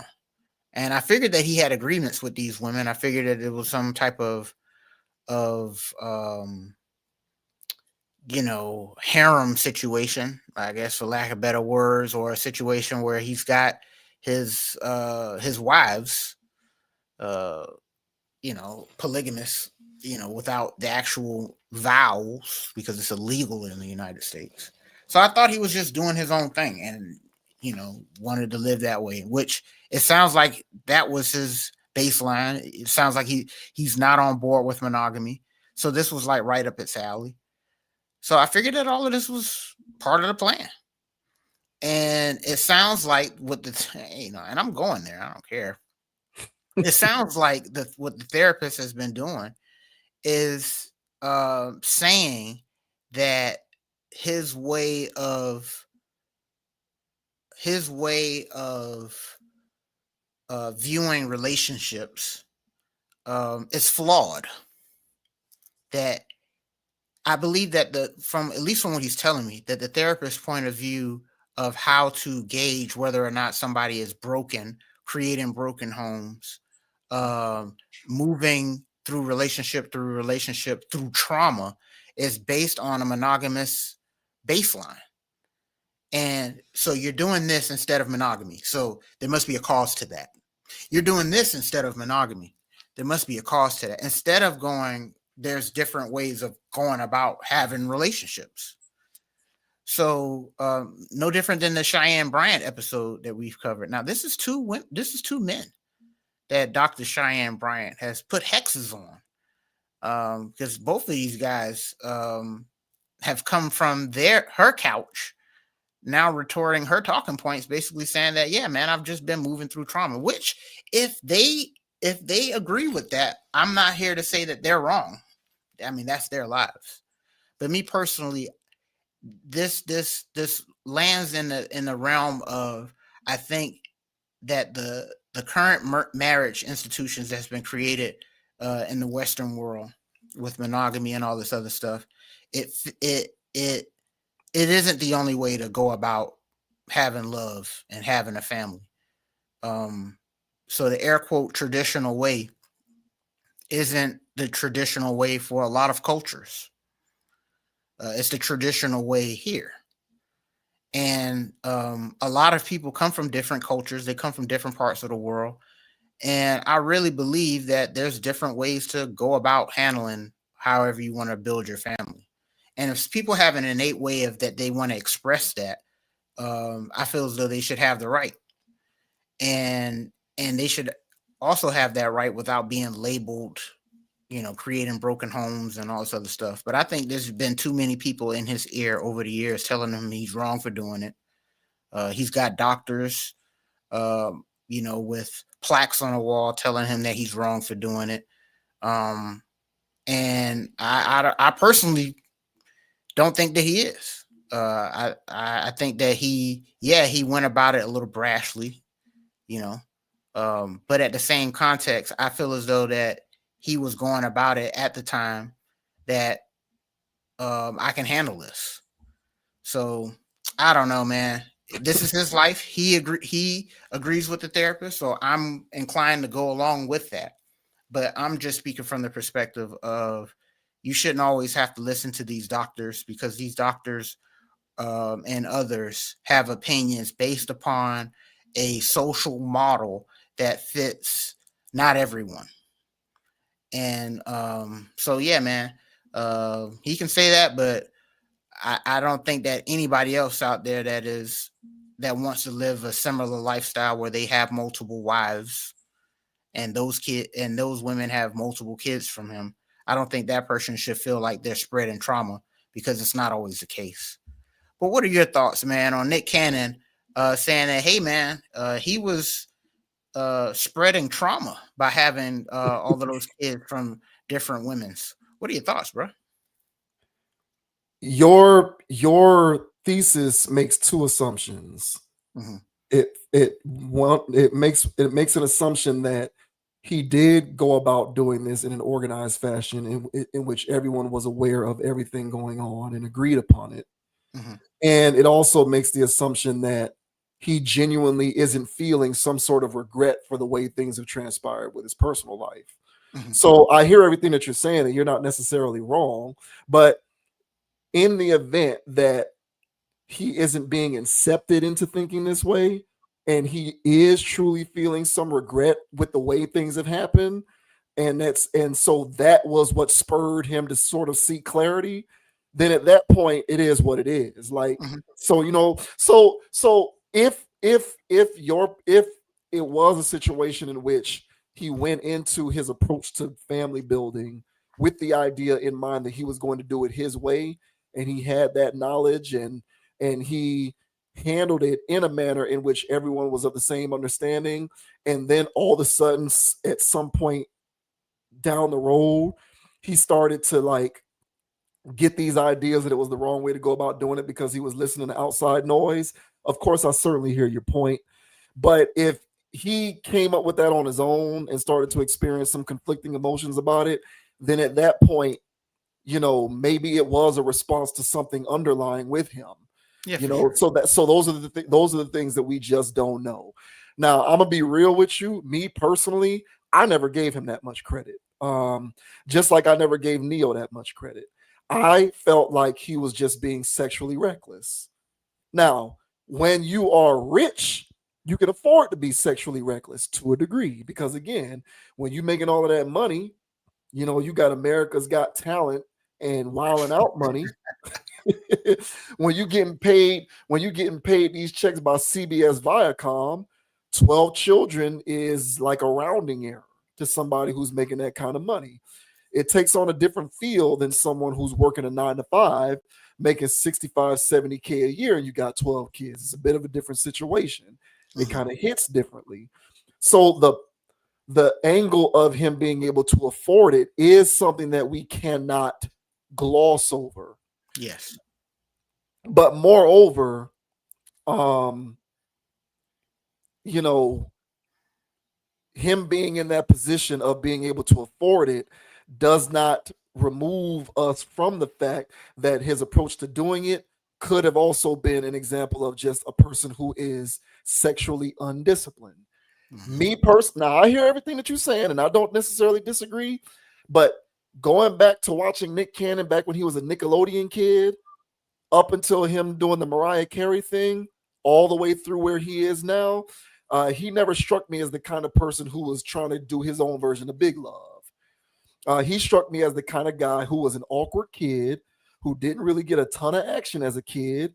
And then he kind of grew into himself, started making a little bit of money, and didn't really know how to be disciplined when it came to women. And when you have those kinds of tendencies and you don't really develop those aspects of your social skills, it's going to manifest themselves in various ways down the road. And perhaps one of those manifestations is a propensity to just be somebody who's going to be having a bunch of kids without thinking about the ramifications of it in the future. So I think that both what I'm saying and you are saying is a possibility. Neither one of us are in his head, so we don't know which one of them it is. We don't. But I never gave him that much credit, just like I don't give Neo that much credit. Neo isn't trying to be this organized polygamist. He's just trying to be someone who, because of his social status and his income, he can afford to keep all of these women around, and they're going to acquiesce to what he wants because he's footing the bill. Correct. I think with Neo, it has less to do with polyamory or organized polygamy and has everything to do with him exercising all of his sexual proclivities. and when it comes to Nick Cannon, I think he was also a variant of that. Now, I think Cannon is taking it, of course, to a greater extreme because 12 kids is a lot. I don't give a damn what anybody says. 12 kids is a lot for any one individual to be the father of. But I don't know, man. To me, I kind of felt like he was always somebody who kind of came into this and women happened to be his thing that he didn't know how to control. Michael Porter Jr. is somebody who talked about this. Now, I don't know if we covered this on the channel. We've talked about MPJ a couple times, but I don't think we talked about MPJ when he specifically was talking about how for a lot of guys in the league, they have a blind spot when it comes to women. And it isn't because it's deeper than, oh, you got a whole bunch of women coming after you. It's more so of the same way that Adrien Broner clearly has an issue with substances. That level of influence over your decision making for some guys is impacted with women. So for some people, you have an issue with alcohol, and with other people, there's an issue with drugs. With other people, there's an issue with smoking and whatever else, gambling. There's all kinds of vices out there, and women are one of those things that for some guys, there's a lack of control there. And when you have a ton of money, that lack of control is exacerbated. And I always put Nick Cannon into that category. So it doesn't look as detrimental on the back end because, again, he can afford it. So it doesn't look as damaging because there's not a bunch of child support hoopla. There isn't a bunch of custody hoopla. He's affluent. He can afford mechanisms in place that can keep it from going off the rails. So it doesn't look as bad. But I kind of lumped him into the category of being somebody who is sexually undisciplined and a bit undisciplined when it comes to women. So again, that's my take on it. There are a lot of guys who are afflicted with this. You and I know a couple of them personally. It just depends on what it is. What is your thing that can cause you to get out of pocket? And again, neither one of us are in his head. So if he was incepted with this, I'm totally with you, because I don't think if a person knows what they're doing, even if it veers off of the beaten path of the conventional norm, but it involves responsible adults who are aware of everything and they agree to it, who are we to say that it is or is not okay? I'm not with that. So that's why I'm with you 100% when it comes to these hacks like Cheyenne Bryant, who want to call somebody like Cam Newton the arbiter of broken homes. You don't know what decisions are going on his side. If it's functional and it looks functional and there's no inherent apparent dysfunction, who are you to talk about this? So I feel you on that. But at the same time, it could be a situation where he just couldn't keep it in the pants. That's fair. To the degree that he ended up with these 12 kids. Only he knows which of those is which, but I think it can go either way. And all of that's fair. And I base Nick Cannon more or less of an archetype of how this type of family building would occur in a westernized, commercialized world, where monogamy is king, quote unquote. And so I thought he was doing it. I thought it was organized from the fashion of he's not just being a Rolling Stone creating child support situations, even though he's paying for these kids, but he's not in what Tyrese got going on. And so I thought that level of organization showed a level of organization. And so I was like, okay, well, this isn't just by happenstance. I think he wants to do this. So I'm basing all of this on the behavior of men. Okay. I think men get a bad rap for cheating. Oh, he's going there. I think men get a bad rap for cheating. Okay. And I think not every man cheats. Okay. Let me throw that out there. And not every man who cheats is cheating for noble reasons. Okay. But I think that what men have been demonized for doing what men do. Oh, look at this guy. It's just one of those, it is. I think that men have this thing where they want to, and it doesn't have to be a hyper. I mean, there's guys in the bushes that's doing this. Okay, that don't have internet. And they're doing this. They're not, and it's not called cheating over there because they're not cheating. They just have multiple wives. Okay. And so it's a situation where I feel like a lot of this is innate in men. And this behavior has been demonized, and it has been cornered off in that you have to be monogamous. And so with this cornering off that you have to be monogamous, lest you're a demon, what that has done is it has created this culture that men are dogs, that men ain't this, men ain't that. All right. And due to the current state of men, I got to charge $1,000 for a date. It has created this environment that men are having stones thrown at them. And I don't think that's how you be a man, personally. And I relate all of this stuff to people in the bushes. Me personally, I think people that live, and I say the bushes, but I'm saying that live in a remote way of living, not on the grid. And they've been living that same way culturally for thousands of years, if not, hundreds of years, whatever. And they seem to be quite fine. And so if those people are doing it quite fine, why aren't people over here? What's the problem over here? So there's a lot of influences going on. And one of the big influences is that you have to be monogamous. So I just thought that Nick Cannon was doing it in a way where he was exercising these ways of being that men have, and they don't have to be hypersexualized. It's just what's going on. And he's exercising that because, well, he can afford it.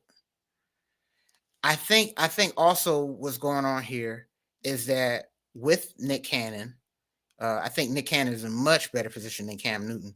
But I think Cam Newton has been doing a lot of talking lately because he's starting to see how expensive this is. Nick Cannon probably too, where he's feeling like he could have reined this in a little bit. I think was reality is setting in, because if this was genuinely disposable income like how it used to be, he wouldn't care. But with the current state of the economy and how things are going, I didn't think this out, and I think there's factors in play for why these guys are having these regrets. But if they still had the money and the level of influence, this would be water under the bridge, I still think, personally. But I'm saying a lot here. But my key central point is that I think that the current state of how people are being conditioned here in the United States on how to go about relationships, it's not one size fits all. And just because you don't fit in that one size doesn't make you a pariah. It doesn't make you sinister. It doesn't make you a broken person. It doesn't mean that you're reacting to trauma. And it doesn't mean you're reacting to trauma. And when the status quo doctor who earns their degree based off Freudian logic and other things come across somebody that has a way of being that is not status quo, that doctor is trained to say that you are reacting off of trauma.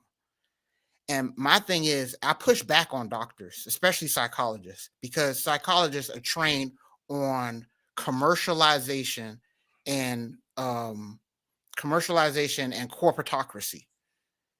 And they diagnose people based on this United States model, not on human things. And so I really feel as though that him getting on air and stuff like this, now that's why I said he's more than right to say that, because this is his life.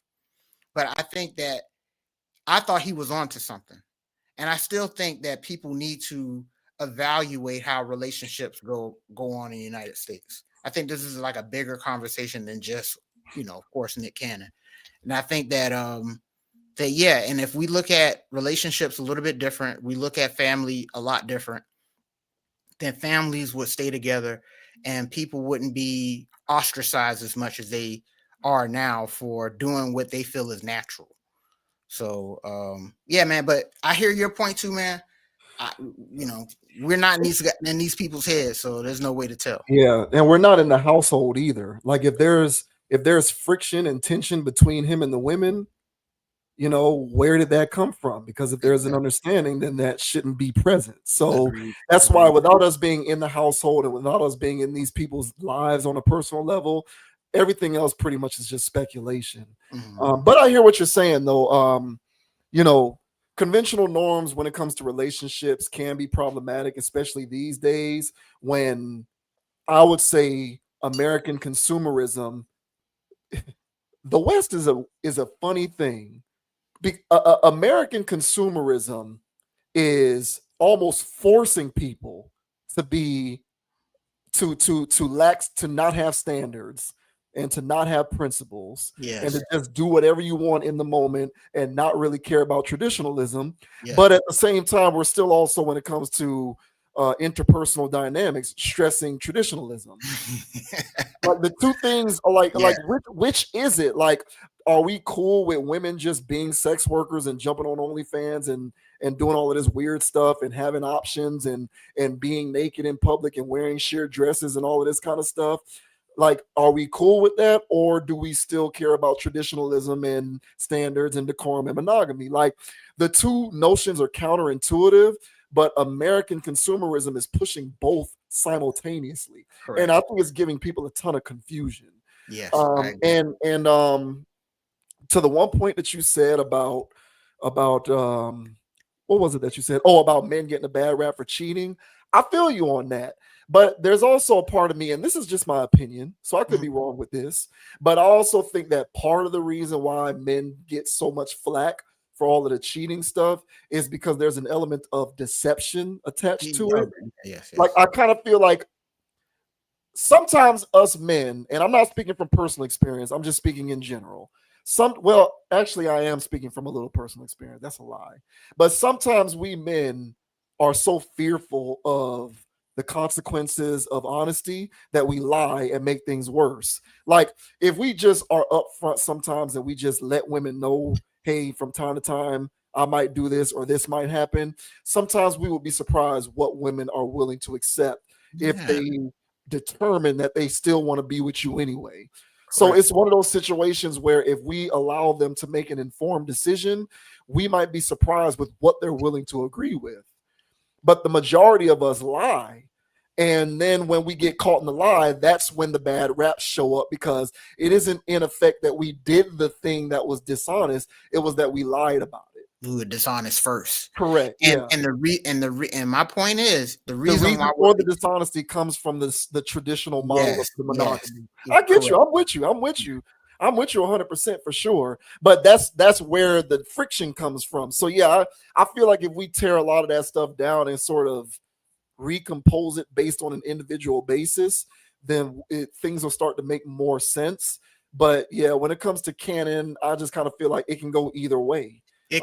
Or it can be a combination of both. He could be sexually undisciplined, and it could be a situation where he had the right idea in mind. You just never know. But it's definitely not a one-size-fits-all scenario. I definitely agree with you on that.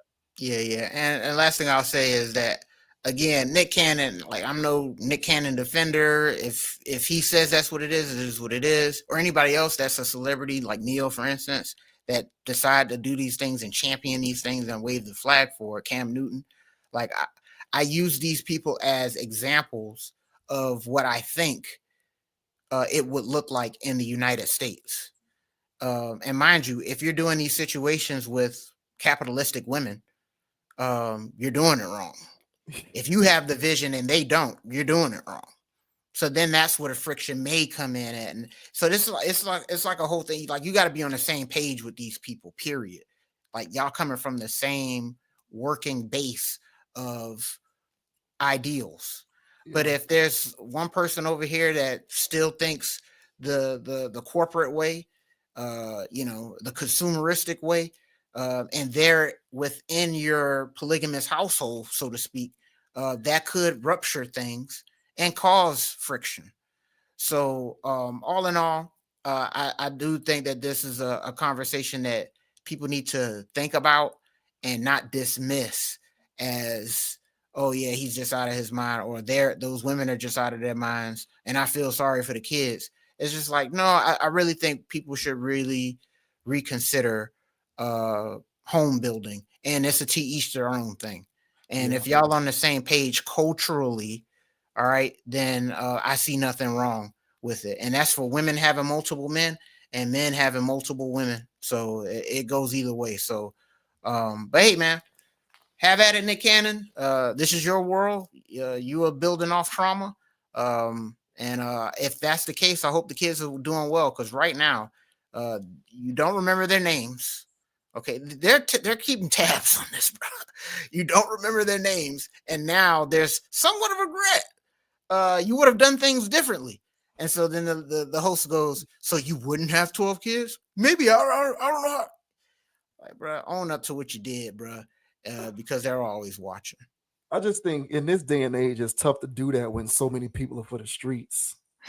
You know, it's like you said, you got to do it with people who aren't bought into the corporate way of doing things, but everybody's on the corporate timeline these days.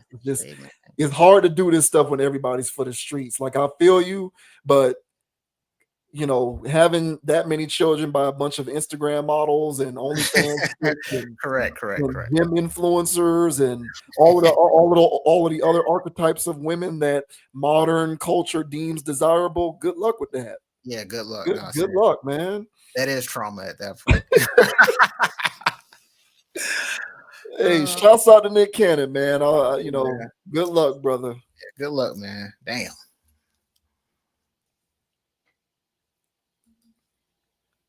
Moving on to Druski, who he pulled a social media viral stunt at a NASCAR event by posing as the great American man. What did he call this? He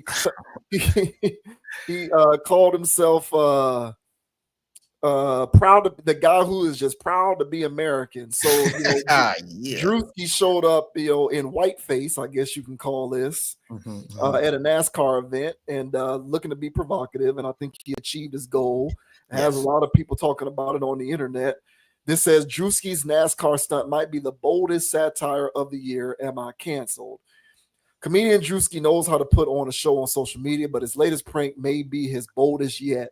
The 30-year-old, real name Drew DeMaurice, recently attended a NASCAR event in full disguise as a white Southern patriot. We're talking complete transformation, fake tan lines and mullet, arm tattoos, a bushy beard, denim overalls, and an American flag cowboy hat. In a skit shared with his 10 million Instagram followers, Druski appears to blend in seamlessly, belting out "Born in the USA" from his car, clinking beers with fellow racegoers, and even sharing a cigarette with a woman perched on his lap. In a more controversial moment, he's seen spitting at the feet of a black man. That guy who was just proud to be American, Druski quipped as his caption, followed by a string of laughing and crying emojis. The footage inevitably went viral, with one hailing it as the highest level of performance art this generation will ever witness. Oh, please. Yeah, that's a bit much. Many flocked to the clip, confessing they had no idea it was Druski behind the disguise. Give his makeup team a raise. Holy sharp, one wrote. Another reiterated, whoever did the makeup, God bless you. A third added, the way the makeup artist ate on this look is critical fire. They got the sunburn and everything. Though not everyone saw the funny side, some accused Druski of white-facing, sparking backlash online. He later addressed the controversy with a tongue-in-cheek Instagram post writing, "Am I canceled?" Unbothered by the backlash, Druski is seen in the clip lighting a cigarette and strolling through a studio to the sound of James Brown's "It's a Man's World." So here is a clip of Mr. Druski at the NASCAR in whiteface. Oh, never mind. I gotta let me get rid of this one and then share the clip because it opened up an external tab. Yeah, man. I didn't know he spit at a black guy. That's it's kind of crazy. Yeah, so here's Druski in his white face at the NASCAR thing.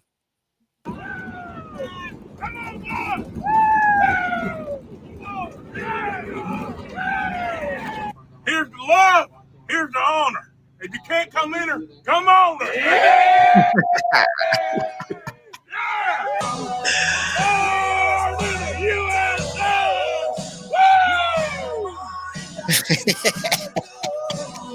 Born in the USA! Hey, Suanna. She's not listening. Hey, come up. You need to listen to your nana.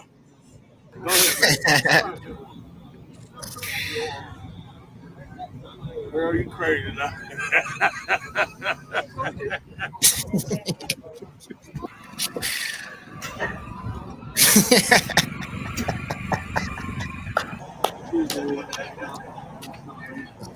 Hey, me mom.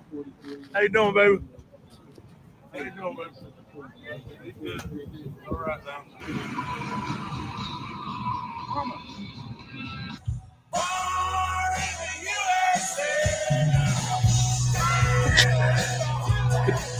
I don't think those people have any reason to believe that's a black guy. You lost, which makes it funny. What race? NASCAR race. You going to NASCAR? Yes, sir. A little bit. You ain't lost, did you? No, I'm good. I'm going to the race, sir. Sure about that? Yes, sir. Find something safe to do, boy. If liquor don't kill us, pussy mud. All right, you get the idea. So, I mean, yeah, I would imagine some people probably had a problem with that. What do you think about this skit? I think this is good marketing for NASCAR. That's what I think this is. Much like Shaq last week. All right, these corporations, they know how to use their financial dollars in order to get into different markets of people. Druski his crossover appeal is out of this world when it comes to his social media presence and his ability to do his little skits and to also be in commercials and other things and get people to buy into his goofy little behavior. And so I think the reason why he's not getting canceled for this, is I think that this was backed by NASCAR themselves. And then of course, B, that blackface has its connotations due to air quote dominant culture versus whatever culture. And the mocking that went on with that. Since the air quote dominant culture, is the dominant culture, they aren't protected because they're dominant, quote unquote. And so therefore situations like this aren't deemed as offensive, even though that there may be people from that class who get offended by it. But honestly, I feel as though because Druski, he's got a bag. This guy's got money. But I don't think he doesn't have enough of a bag for Ruby Rose apparently, but he's got one. Yeah, I don't think anybody has that kind of bag. Okay, man, she crazy. He's clearly got a bag, and he does go. I haven't really seen him go all out this much for a skit, which leads me to believe that this was a partnership situation, because the going all out isn't so much the skit itself; it's the makeup. I mean, the makeup is outstanding. It is, yeah. So they got it all down, and so to me, this lends more of a professional skit and more of an ad and a commercial for NASCAR. And last thing I'll say before you go is that much like I think modern marketing has opened up avenues for more, I call it guerrilla forms of marketing, where it's not the traditional form of, let's have a rollout, let's have a commercial, let's pay for this spot over here. I think that they'll also pay for nowadays, they'll pay for influencers, they'll pay for comedians online to do skits and do things. And if it sparks controversy, all the better, because what it ends up doing is it goes viral, people are talking about it, and it brings attention to your brand. So all in all, I think that this was an extended ad for NASCAR, a little bit different. But I do think it got NASCAR in the algorithm a little bit. Mm-hmm. So I think it served its purpose. And honestly, I got a good laugh out of it. But what are your thoughts, man? Yeah, man, what are your thoughts on Druski, parading around in air quote whiteface? Do you think he should get canceled for this? No, of course not. Because it was planned. This was definitely a corporate partnership between him and whoever's paying him to do it, presumably NASCAR. And I'll take it a step further, because I don't disagree with what you said there. I'll also add on, I speak often about how, these days corporations want to ensure that they appear to be on the right side of history. Everything is about social rhetoric, social justice rhetoric, social justice commentary, and you want to make sure that you're on the right side of that. Corporations being on that environment, it's very beneficial to them. That's what's been happening now for the past 5 years, and 5 years and a couple of months. And one corporate entity that we haven't really had to talk about that with very much is NASCAR. The one instance that I can remember is when they had that driver, I think Kyle Larson is his name. He took some flack. He's a NASCAR driver. He went viral because he was playing video games, I think, and he used the N-word, and he's a white guy. Yeah, that guy. And so it went crazy, and he had to apologize and do all of this kind of stuff and whatnot. But outside of that incident and just the general tenor of NASCAR, period, there haven't really been these seminal moments in which we get to have social justice commentary within the context of NASCAR. And I think NASCAR probably recognizes that they need to be a part of conversations like that, so that they can create a situation in which they can show how they're on the right side of history. Now, of course, this is all speculation on my part. I don't know this to be a part of the decision-making process, but what I do know is, in the event that skit with Druski got people upset and offended, now there's a sort of bottleneck type atmosphere being created with NASCAR at the center of it, in which we're having conversations about appropriation and race and whiteface and blackface. So I believe in 2025, those kinds of conversations benefit NASCAR, even if in the short term people are criticizing them. Agreed. Because what it gives them the opportunity to do is be contrite and apologize and say, we're going to do better, and we're going to make sure that we're on the right side of this, and all of this other stuff that every other corporation does whenever they step in mud. So I guess my overall point is, these days, don't discount corporations creating situations in which they on purpose get to step on mud so that they can right the wrong and make themselves look like they're on the right side of history.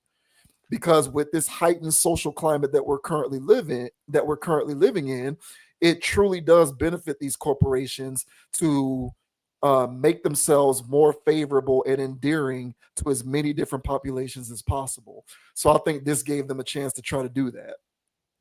Yeah, and I agree with that, man. Because they're at today's day and age, it's all about going viral for these corporations. And what better influencer out there to tap than Druski? This guy is built-in virality. So I think that this is more of a NASCAR situation, getting itself in the mix, getting itself in the algorithms. Because I know recently I had to look it up, but that I think his name that Bubba Wallace guy, because I know he won recently. He won something, right? And I saw a lot of negative commentary, from NASCAR faithful about that. You don't really hear much about NASCAR, as we mentioned, but here comes NASCAR being mentioned because this Wallace guy won. So black people are like, okay, yeah. And then I also saw the commentary from people on Facebook and other areas where they're being belligerent and anti-Bubba. So I don't know what came first here, the chicken or the egg, but Druski here to counterbalance that, get the blacks involved with NASCAR. Okay, I think all of this stuff is some PR situation that's going on. So all in all, he's not getting canceled. That's why he put that little tweet there or whatever that was, because like you said, bro, he knew he was being backed by this whole thing. This was a sanctioned event, so there's no way that he's going to be able to get canceled for something he got paid to do. Yeah. So but hey, man, I feel as though the outrage for this one was selective, and but that was the intent. That was the purpose. The purpose was to if it is going to rile up anybody, it's going to rile up the people who are online often and look for things to get riled up about. Yeah. And this certainly qualifies as that, which was a calculated risk on the part of whoever paid him to do this, because it creates an environment for people to be at the epicenter of social justice commentary. And I for real, I really do mean that. And I think in this day and age, corporations do relish the opportunity to be at the epicenter of social justice commentary. I agree. Yeah, because it has its legs of its own. It does. Yeah, it does. Even like I said, even if in the short run it hurt, even if it's hurtful in the short run, in the long run it's beneficial because it gives you the chance to correct it. And thus making you endearing to people that you pissed off. And so I feel like it's an effective I feel like if I was in one of these rooms, I'd be purposefully creating situation in which my employer can step in something so that at some point down the road I can apologize for it. That seems to be a business strategy. Yeah, absolutely. To do better about it. And we haven't seen NASCAR engulfed in that, and again, this hasn't really, I'm not turning on the TV and seeing this. This isn't something that's huge, but within the relative pocket of troll world on social media and online stuff, it's making the waves, it's making the rounds.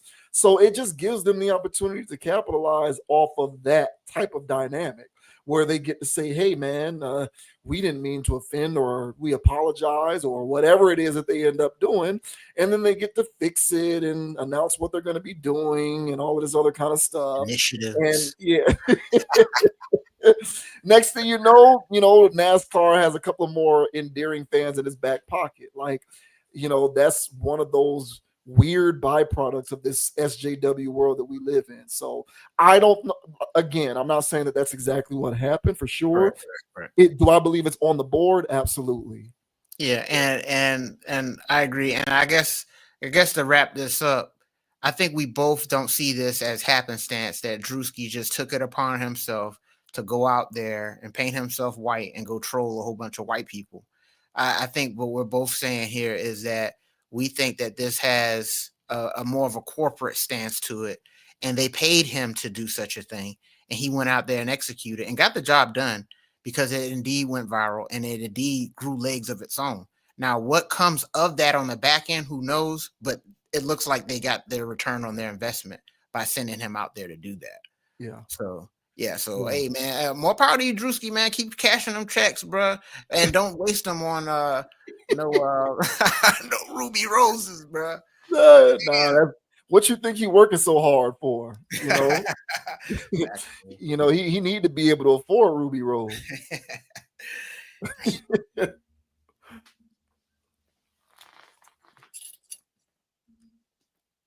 Last but not least, we are going to touch on former executive director of the NFL Players Association, DeMaurice Smith. Back on, I believe, September 5th, he was on the Breakfast Club, and they asked him about the business goings on of the NFL. DeMaurice Smith essentially summarized the way that the NFL operates, how it's like it's designated as like a nonprofit or something like this. But we're going to get right into it. But he was asked by Charlemagne straight up if the NFL has a soul. And DeMaurice Smith's answer is no, the NFL does not have a soul, but the players do. So we'll go ahead and get into this. I don't think I'm going to play the whole clip because it's like kind of long. It's like 4 minutes or so. Yeah. But it is, some of the stuff that he said, although probably not surprising to a lot of folks, is still pretty interesting to hear. So here's DeMaurice Smith talking about, the way the NFL handles business. They don't have a soul. The NFL does not have a soul. Exactly. The players have a soul. Okay. Right. And the NFL is the largest, most unregulated, socialistic business in America. Break that down. The NFL privatizes their wealth and socializes their cost. Right. So you think about stadiums, for example. Every state and local government goes through a referendum to get taxpayers to pay for the owner's stadium. We pay for it. Mm-hmm. He keeps the profit. Mm-hmm. So what they do better than anybody else in the country, there are no 10Ks. There are no 10Qs. There is no annual report. There's no public board of directors.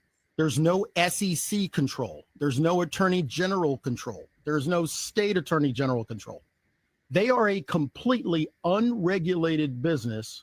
Up to a few years ago, the NFL league office was a 501c6 nonprofit. They're going to do $25 billion next year.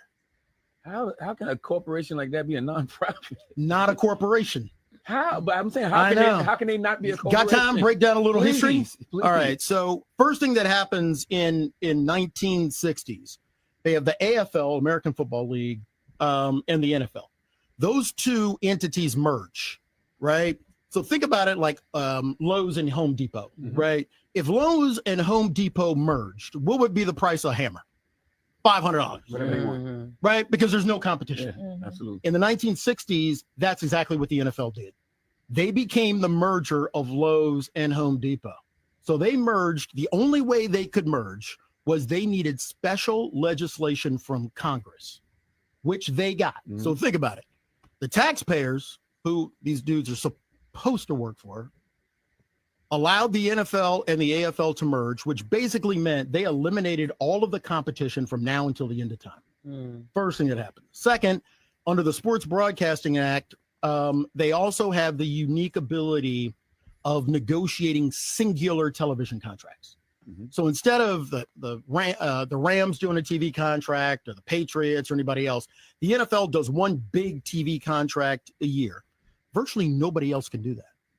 So they've cornered the market on the merger, cornered the market on media, at the end of the day, all of the teams are not corporations. They are LLCs and LLPs, limited liability partnerships. So, my job is to audit the teams, which, gave me an ulcer and, got me addicted to Johnny Walker Blue. But you think of those corporations, you take something like the Dallas Cowboys. There is no one singular Dallas Cowboy entity. They're made up of dozens of little LLPs and LLCs. Mm-hmm. They loan money to each other. They borrow from each other. They pay each other. So the way this thing works from a tax liability standpoint is if they do everything right, you know what they pay in taxes at the end of the year? Damn near nothing. Yeah. So they're not a corporation. That's crazy. They don't file anything publicly. Make it even crazier. You cannot find an audited financial statement for any NFL team or the NFL as it exists. They do not create audited financial statements because they don't want anyone to know.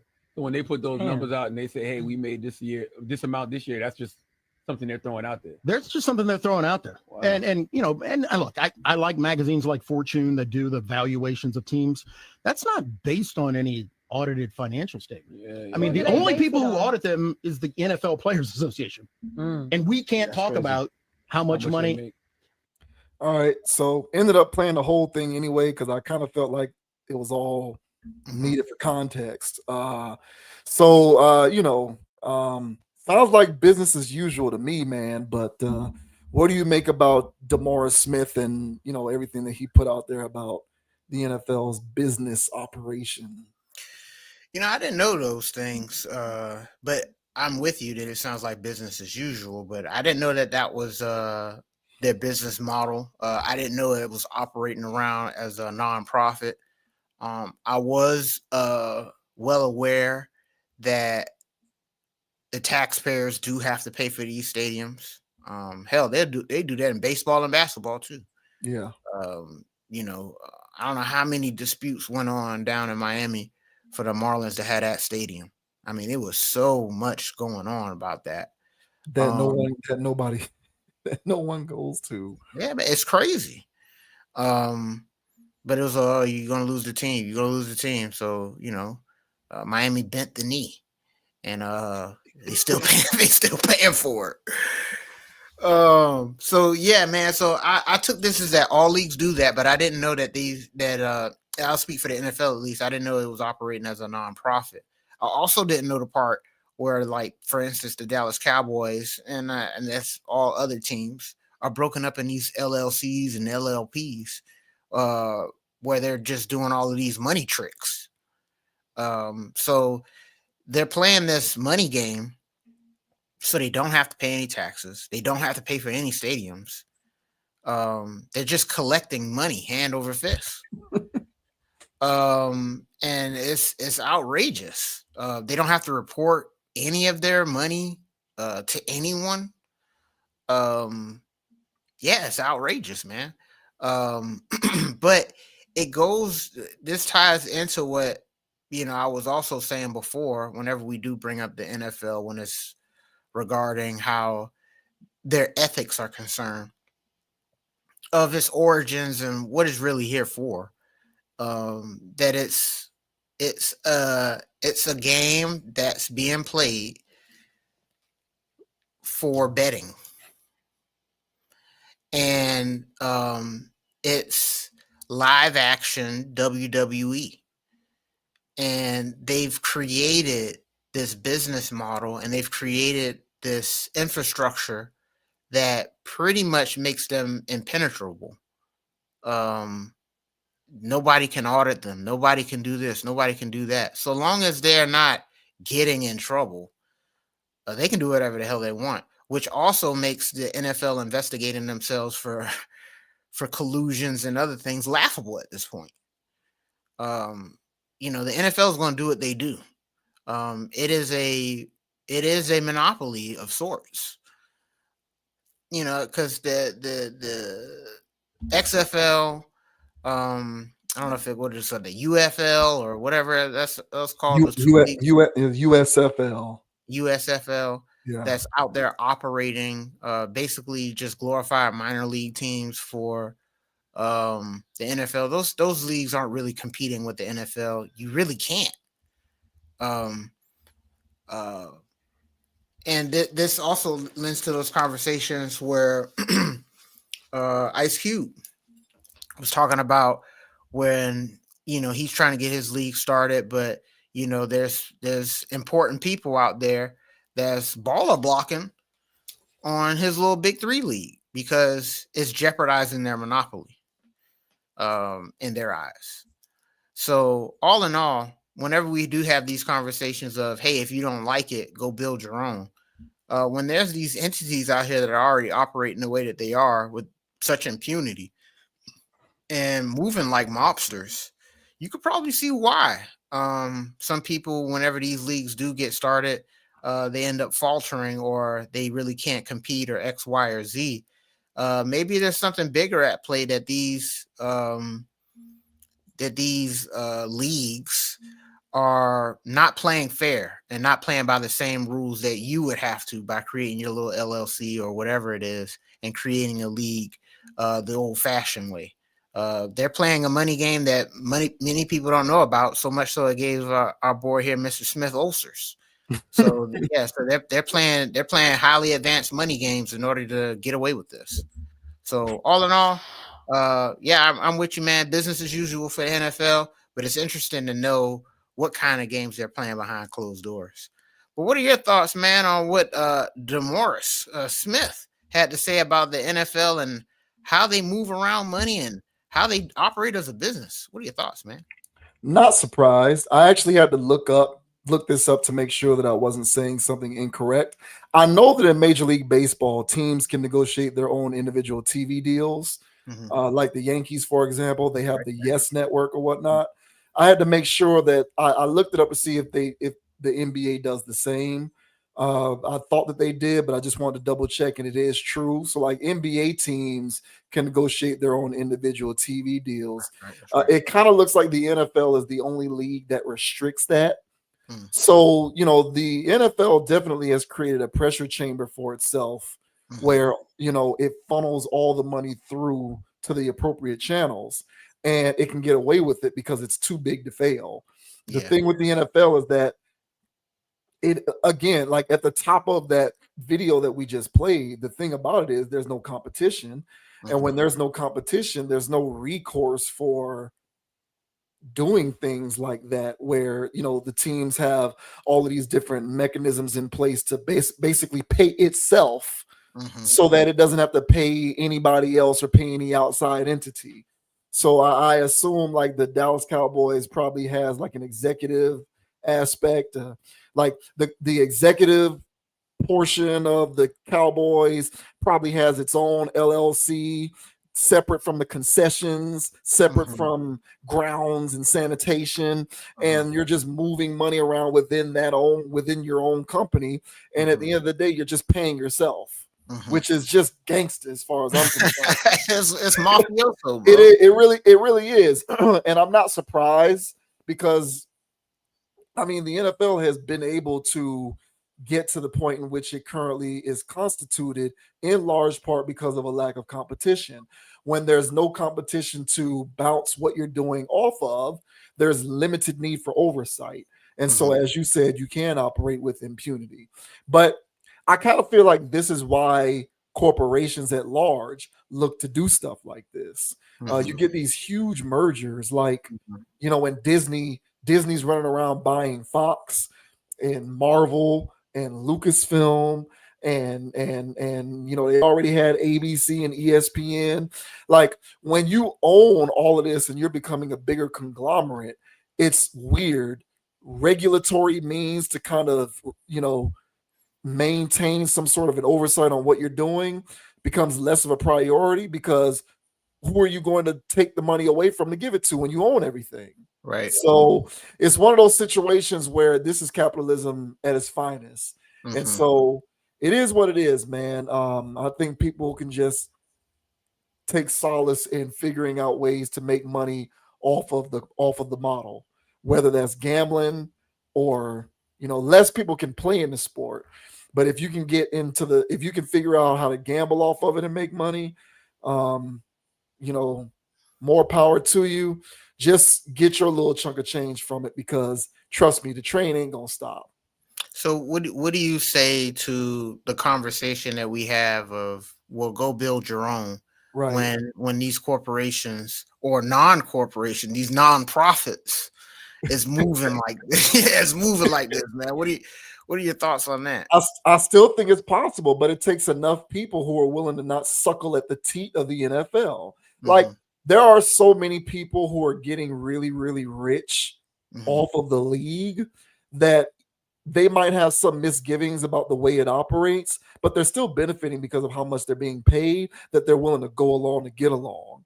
And I feel like what it's going to take is some of those individuals to divest and put their resources elsewhere. But at the same time, I feel like the reason why it doesn't happen is because people pay lip service to injustices. They really don't care if they're benefiting off of that.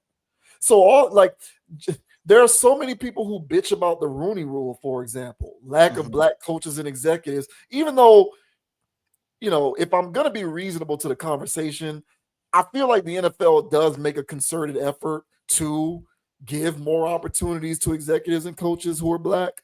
But still, there's, of course, a huge disparity. But as much as people complain about it, you still got people who are making money and are willing to go along with it. It makes you look noble to complain about it, but at the end of the day, you're still gaining a benefit. So if you're not going to go anywhere, this is what I said last week. Just shut up and get with the program. But if you are going to complain about it because you do see it as an inherent problem, there's enough people who can get together, divest from the league to create something that's sustainable. There's just not a big enough coalition doing it. So when you have that going on, yeah, it allows the NFL to continue to run roughshod. But can it be done? I still believe it can. But when people are getting paid, when people are getting their bag filled, what can you do? Yeah, I think it's going to take a large, very highly organized effort in order to execute this. I don't think this is something as simple as filing for paperwork to get a new league and buying new jerseys. And this is it is a mass effort, because as you can see, the NFL, for instance, it moves like a mafia operation. They're gangster. Definitely, RICO worthy. That's why I always call it a cabal. Yeah. I mean that in the truest sense of that word. That's what I call all professional sports, but the NFL in particular. Yeah, and which explains their stranglehold on the game. Yeah. So hey, man, but I'm with you, man. I still think that people need to get off these things if they do feel as though they're being mistreated, underpaid, X, Y, or Z, not represented enough, blase splees, we're not allowed in the ownership. Okay, well, go own your own thing. But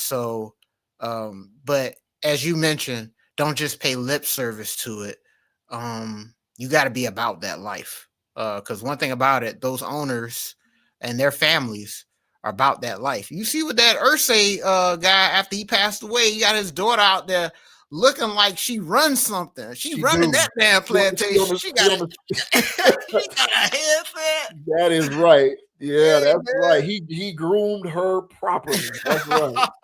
She said, I want to know the plays too. Damn right. Yeah. Hey, man, that's crazy. So you see, they ain't giving it up, dog. No, they gonna sell this to a Negro, bro. I've already said, man, one investment that a person can make if they have the resources to do it, and you know that it's a guaranteed appreciable asset, is a professional sports franchise. Yeah, that's why they don't come up for sale for a reason.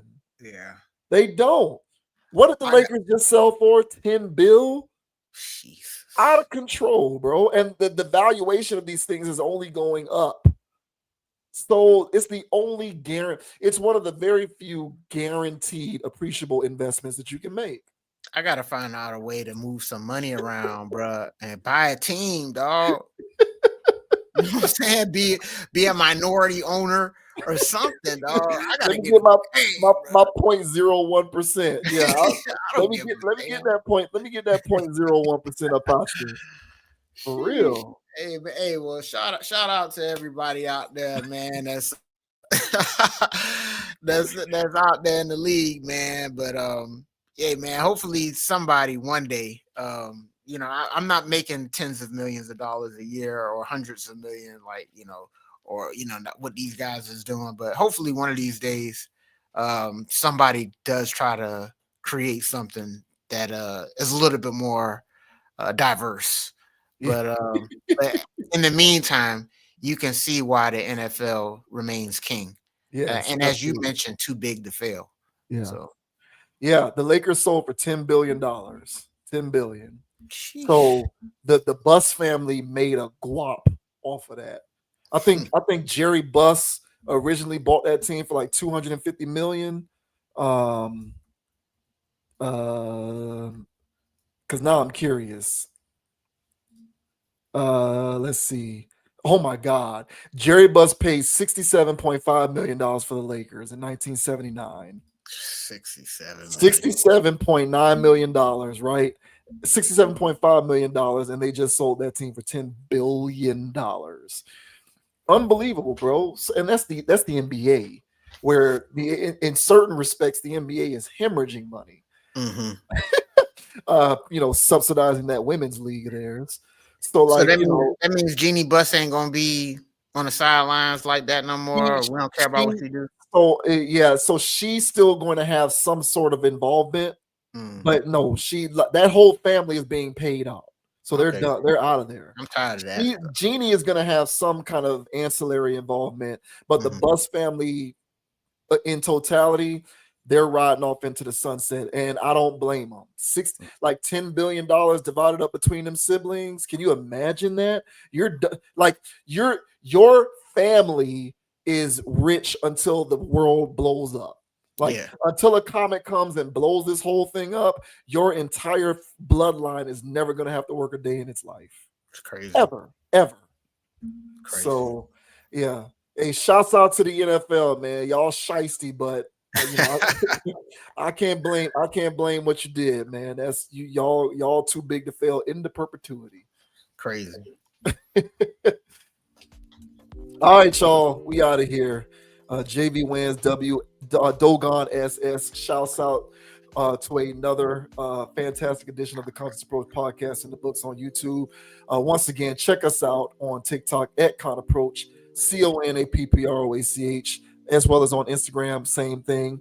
Check me out on Instagram at JVWins, JVWINS. Download us on Apple Podcasts, Amazon Music, and Spotify. If you want to listen to it in the car, or if you're at the gym, got the headphones in, we want to be available in any and all places possible.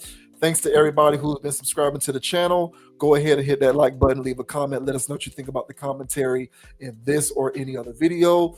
Let us know where you think we went right or wrong with any of our topics. We are a penny for your thoughts, and we will respond as long as they are constructive.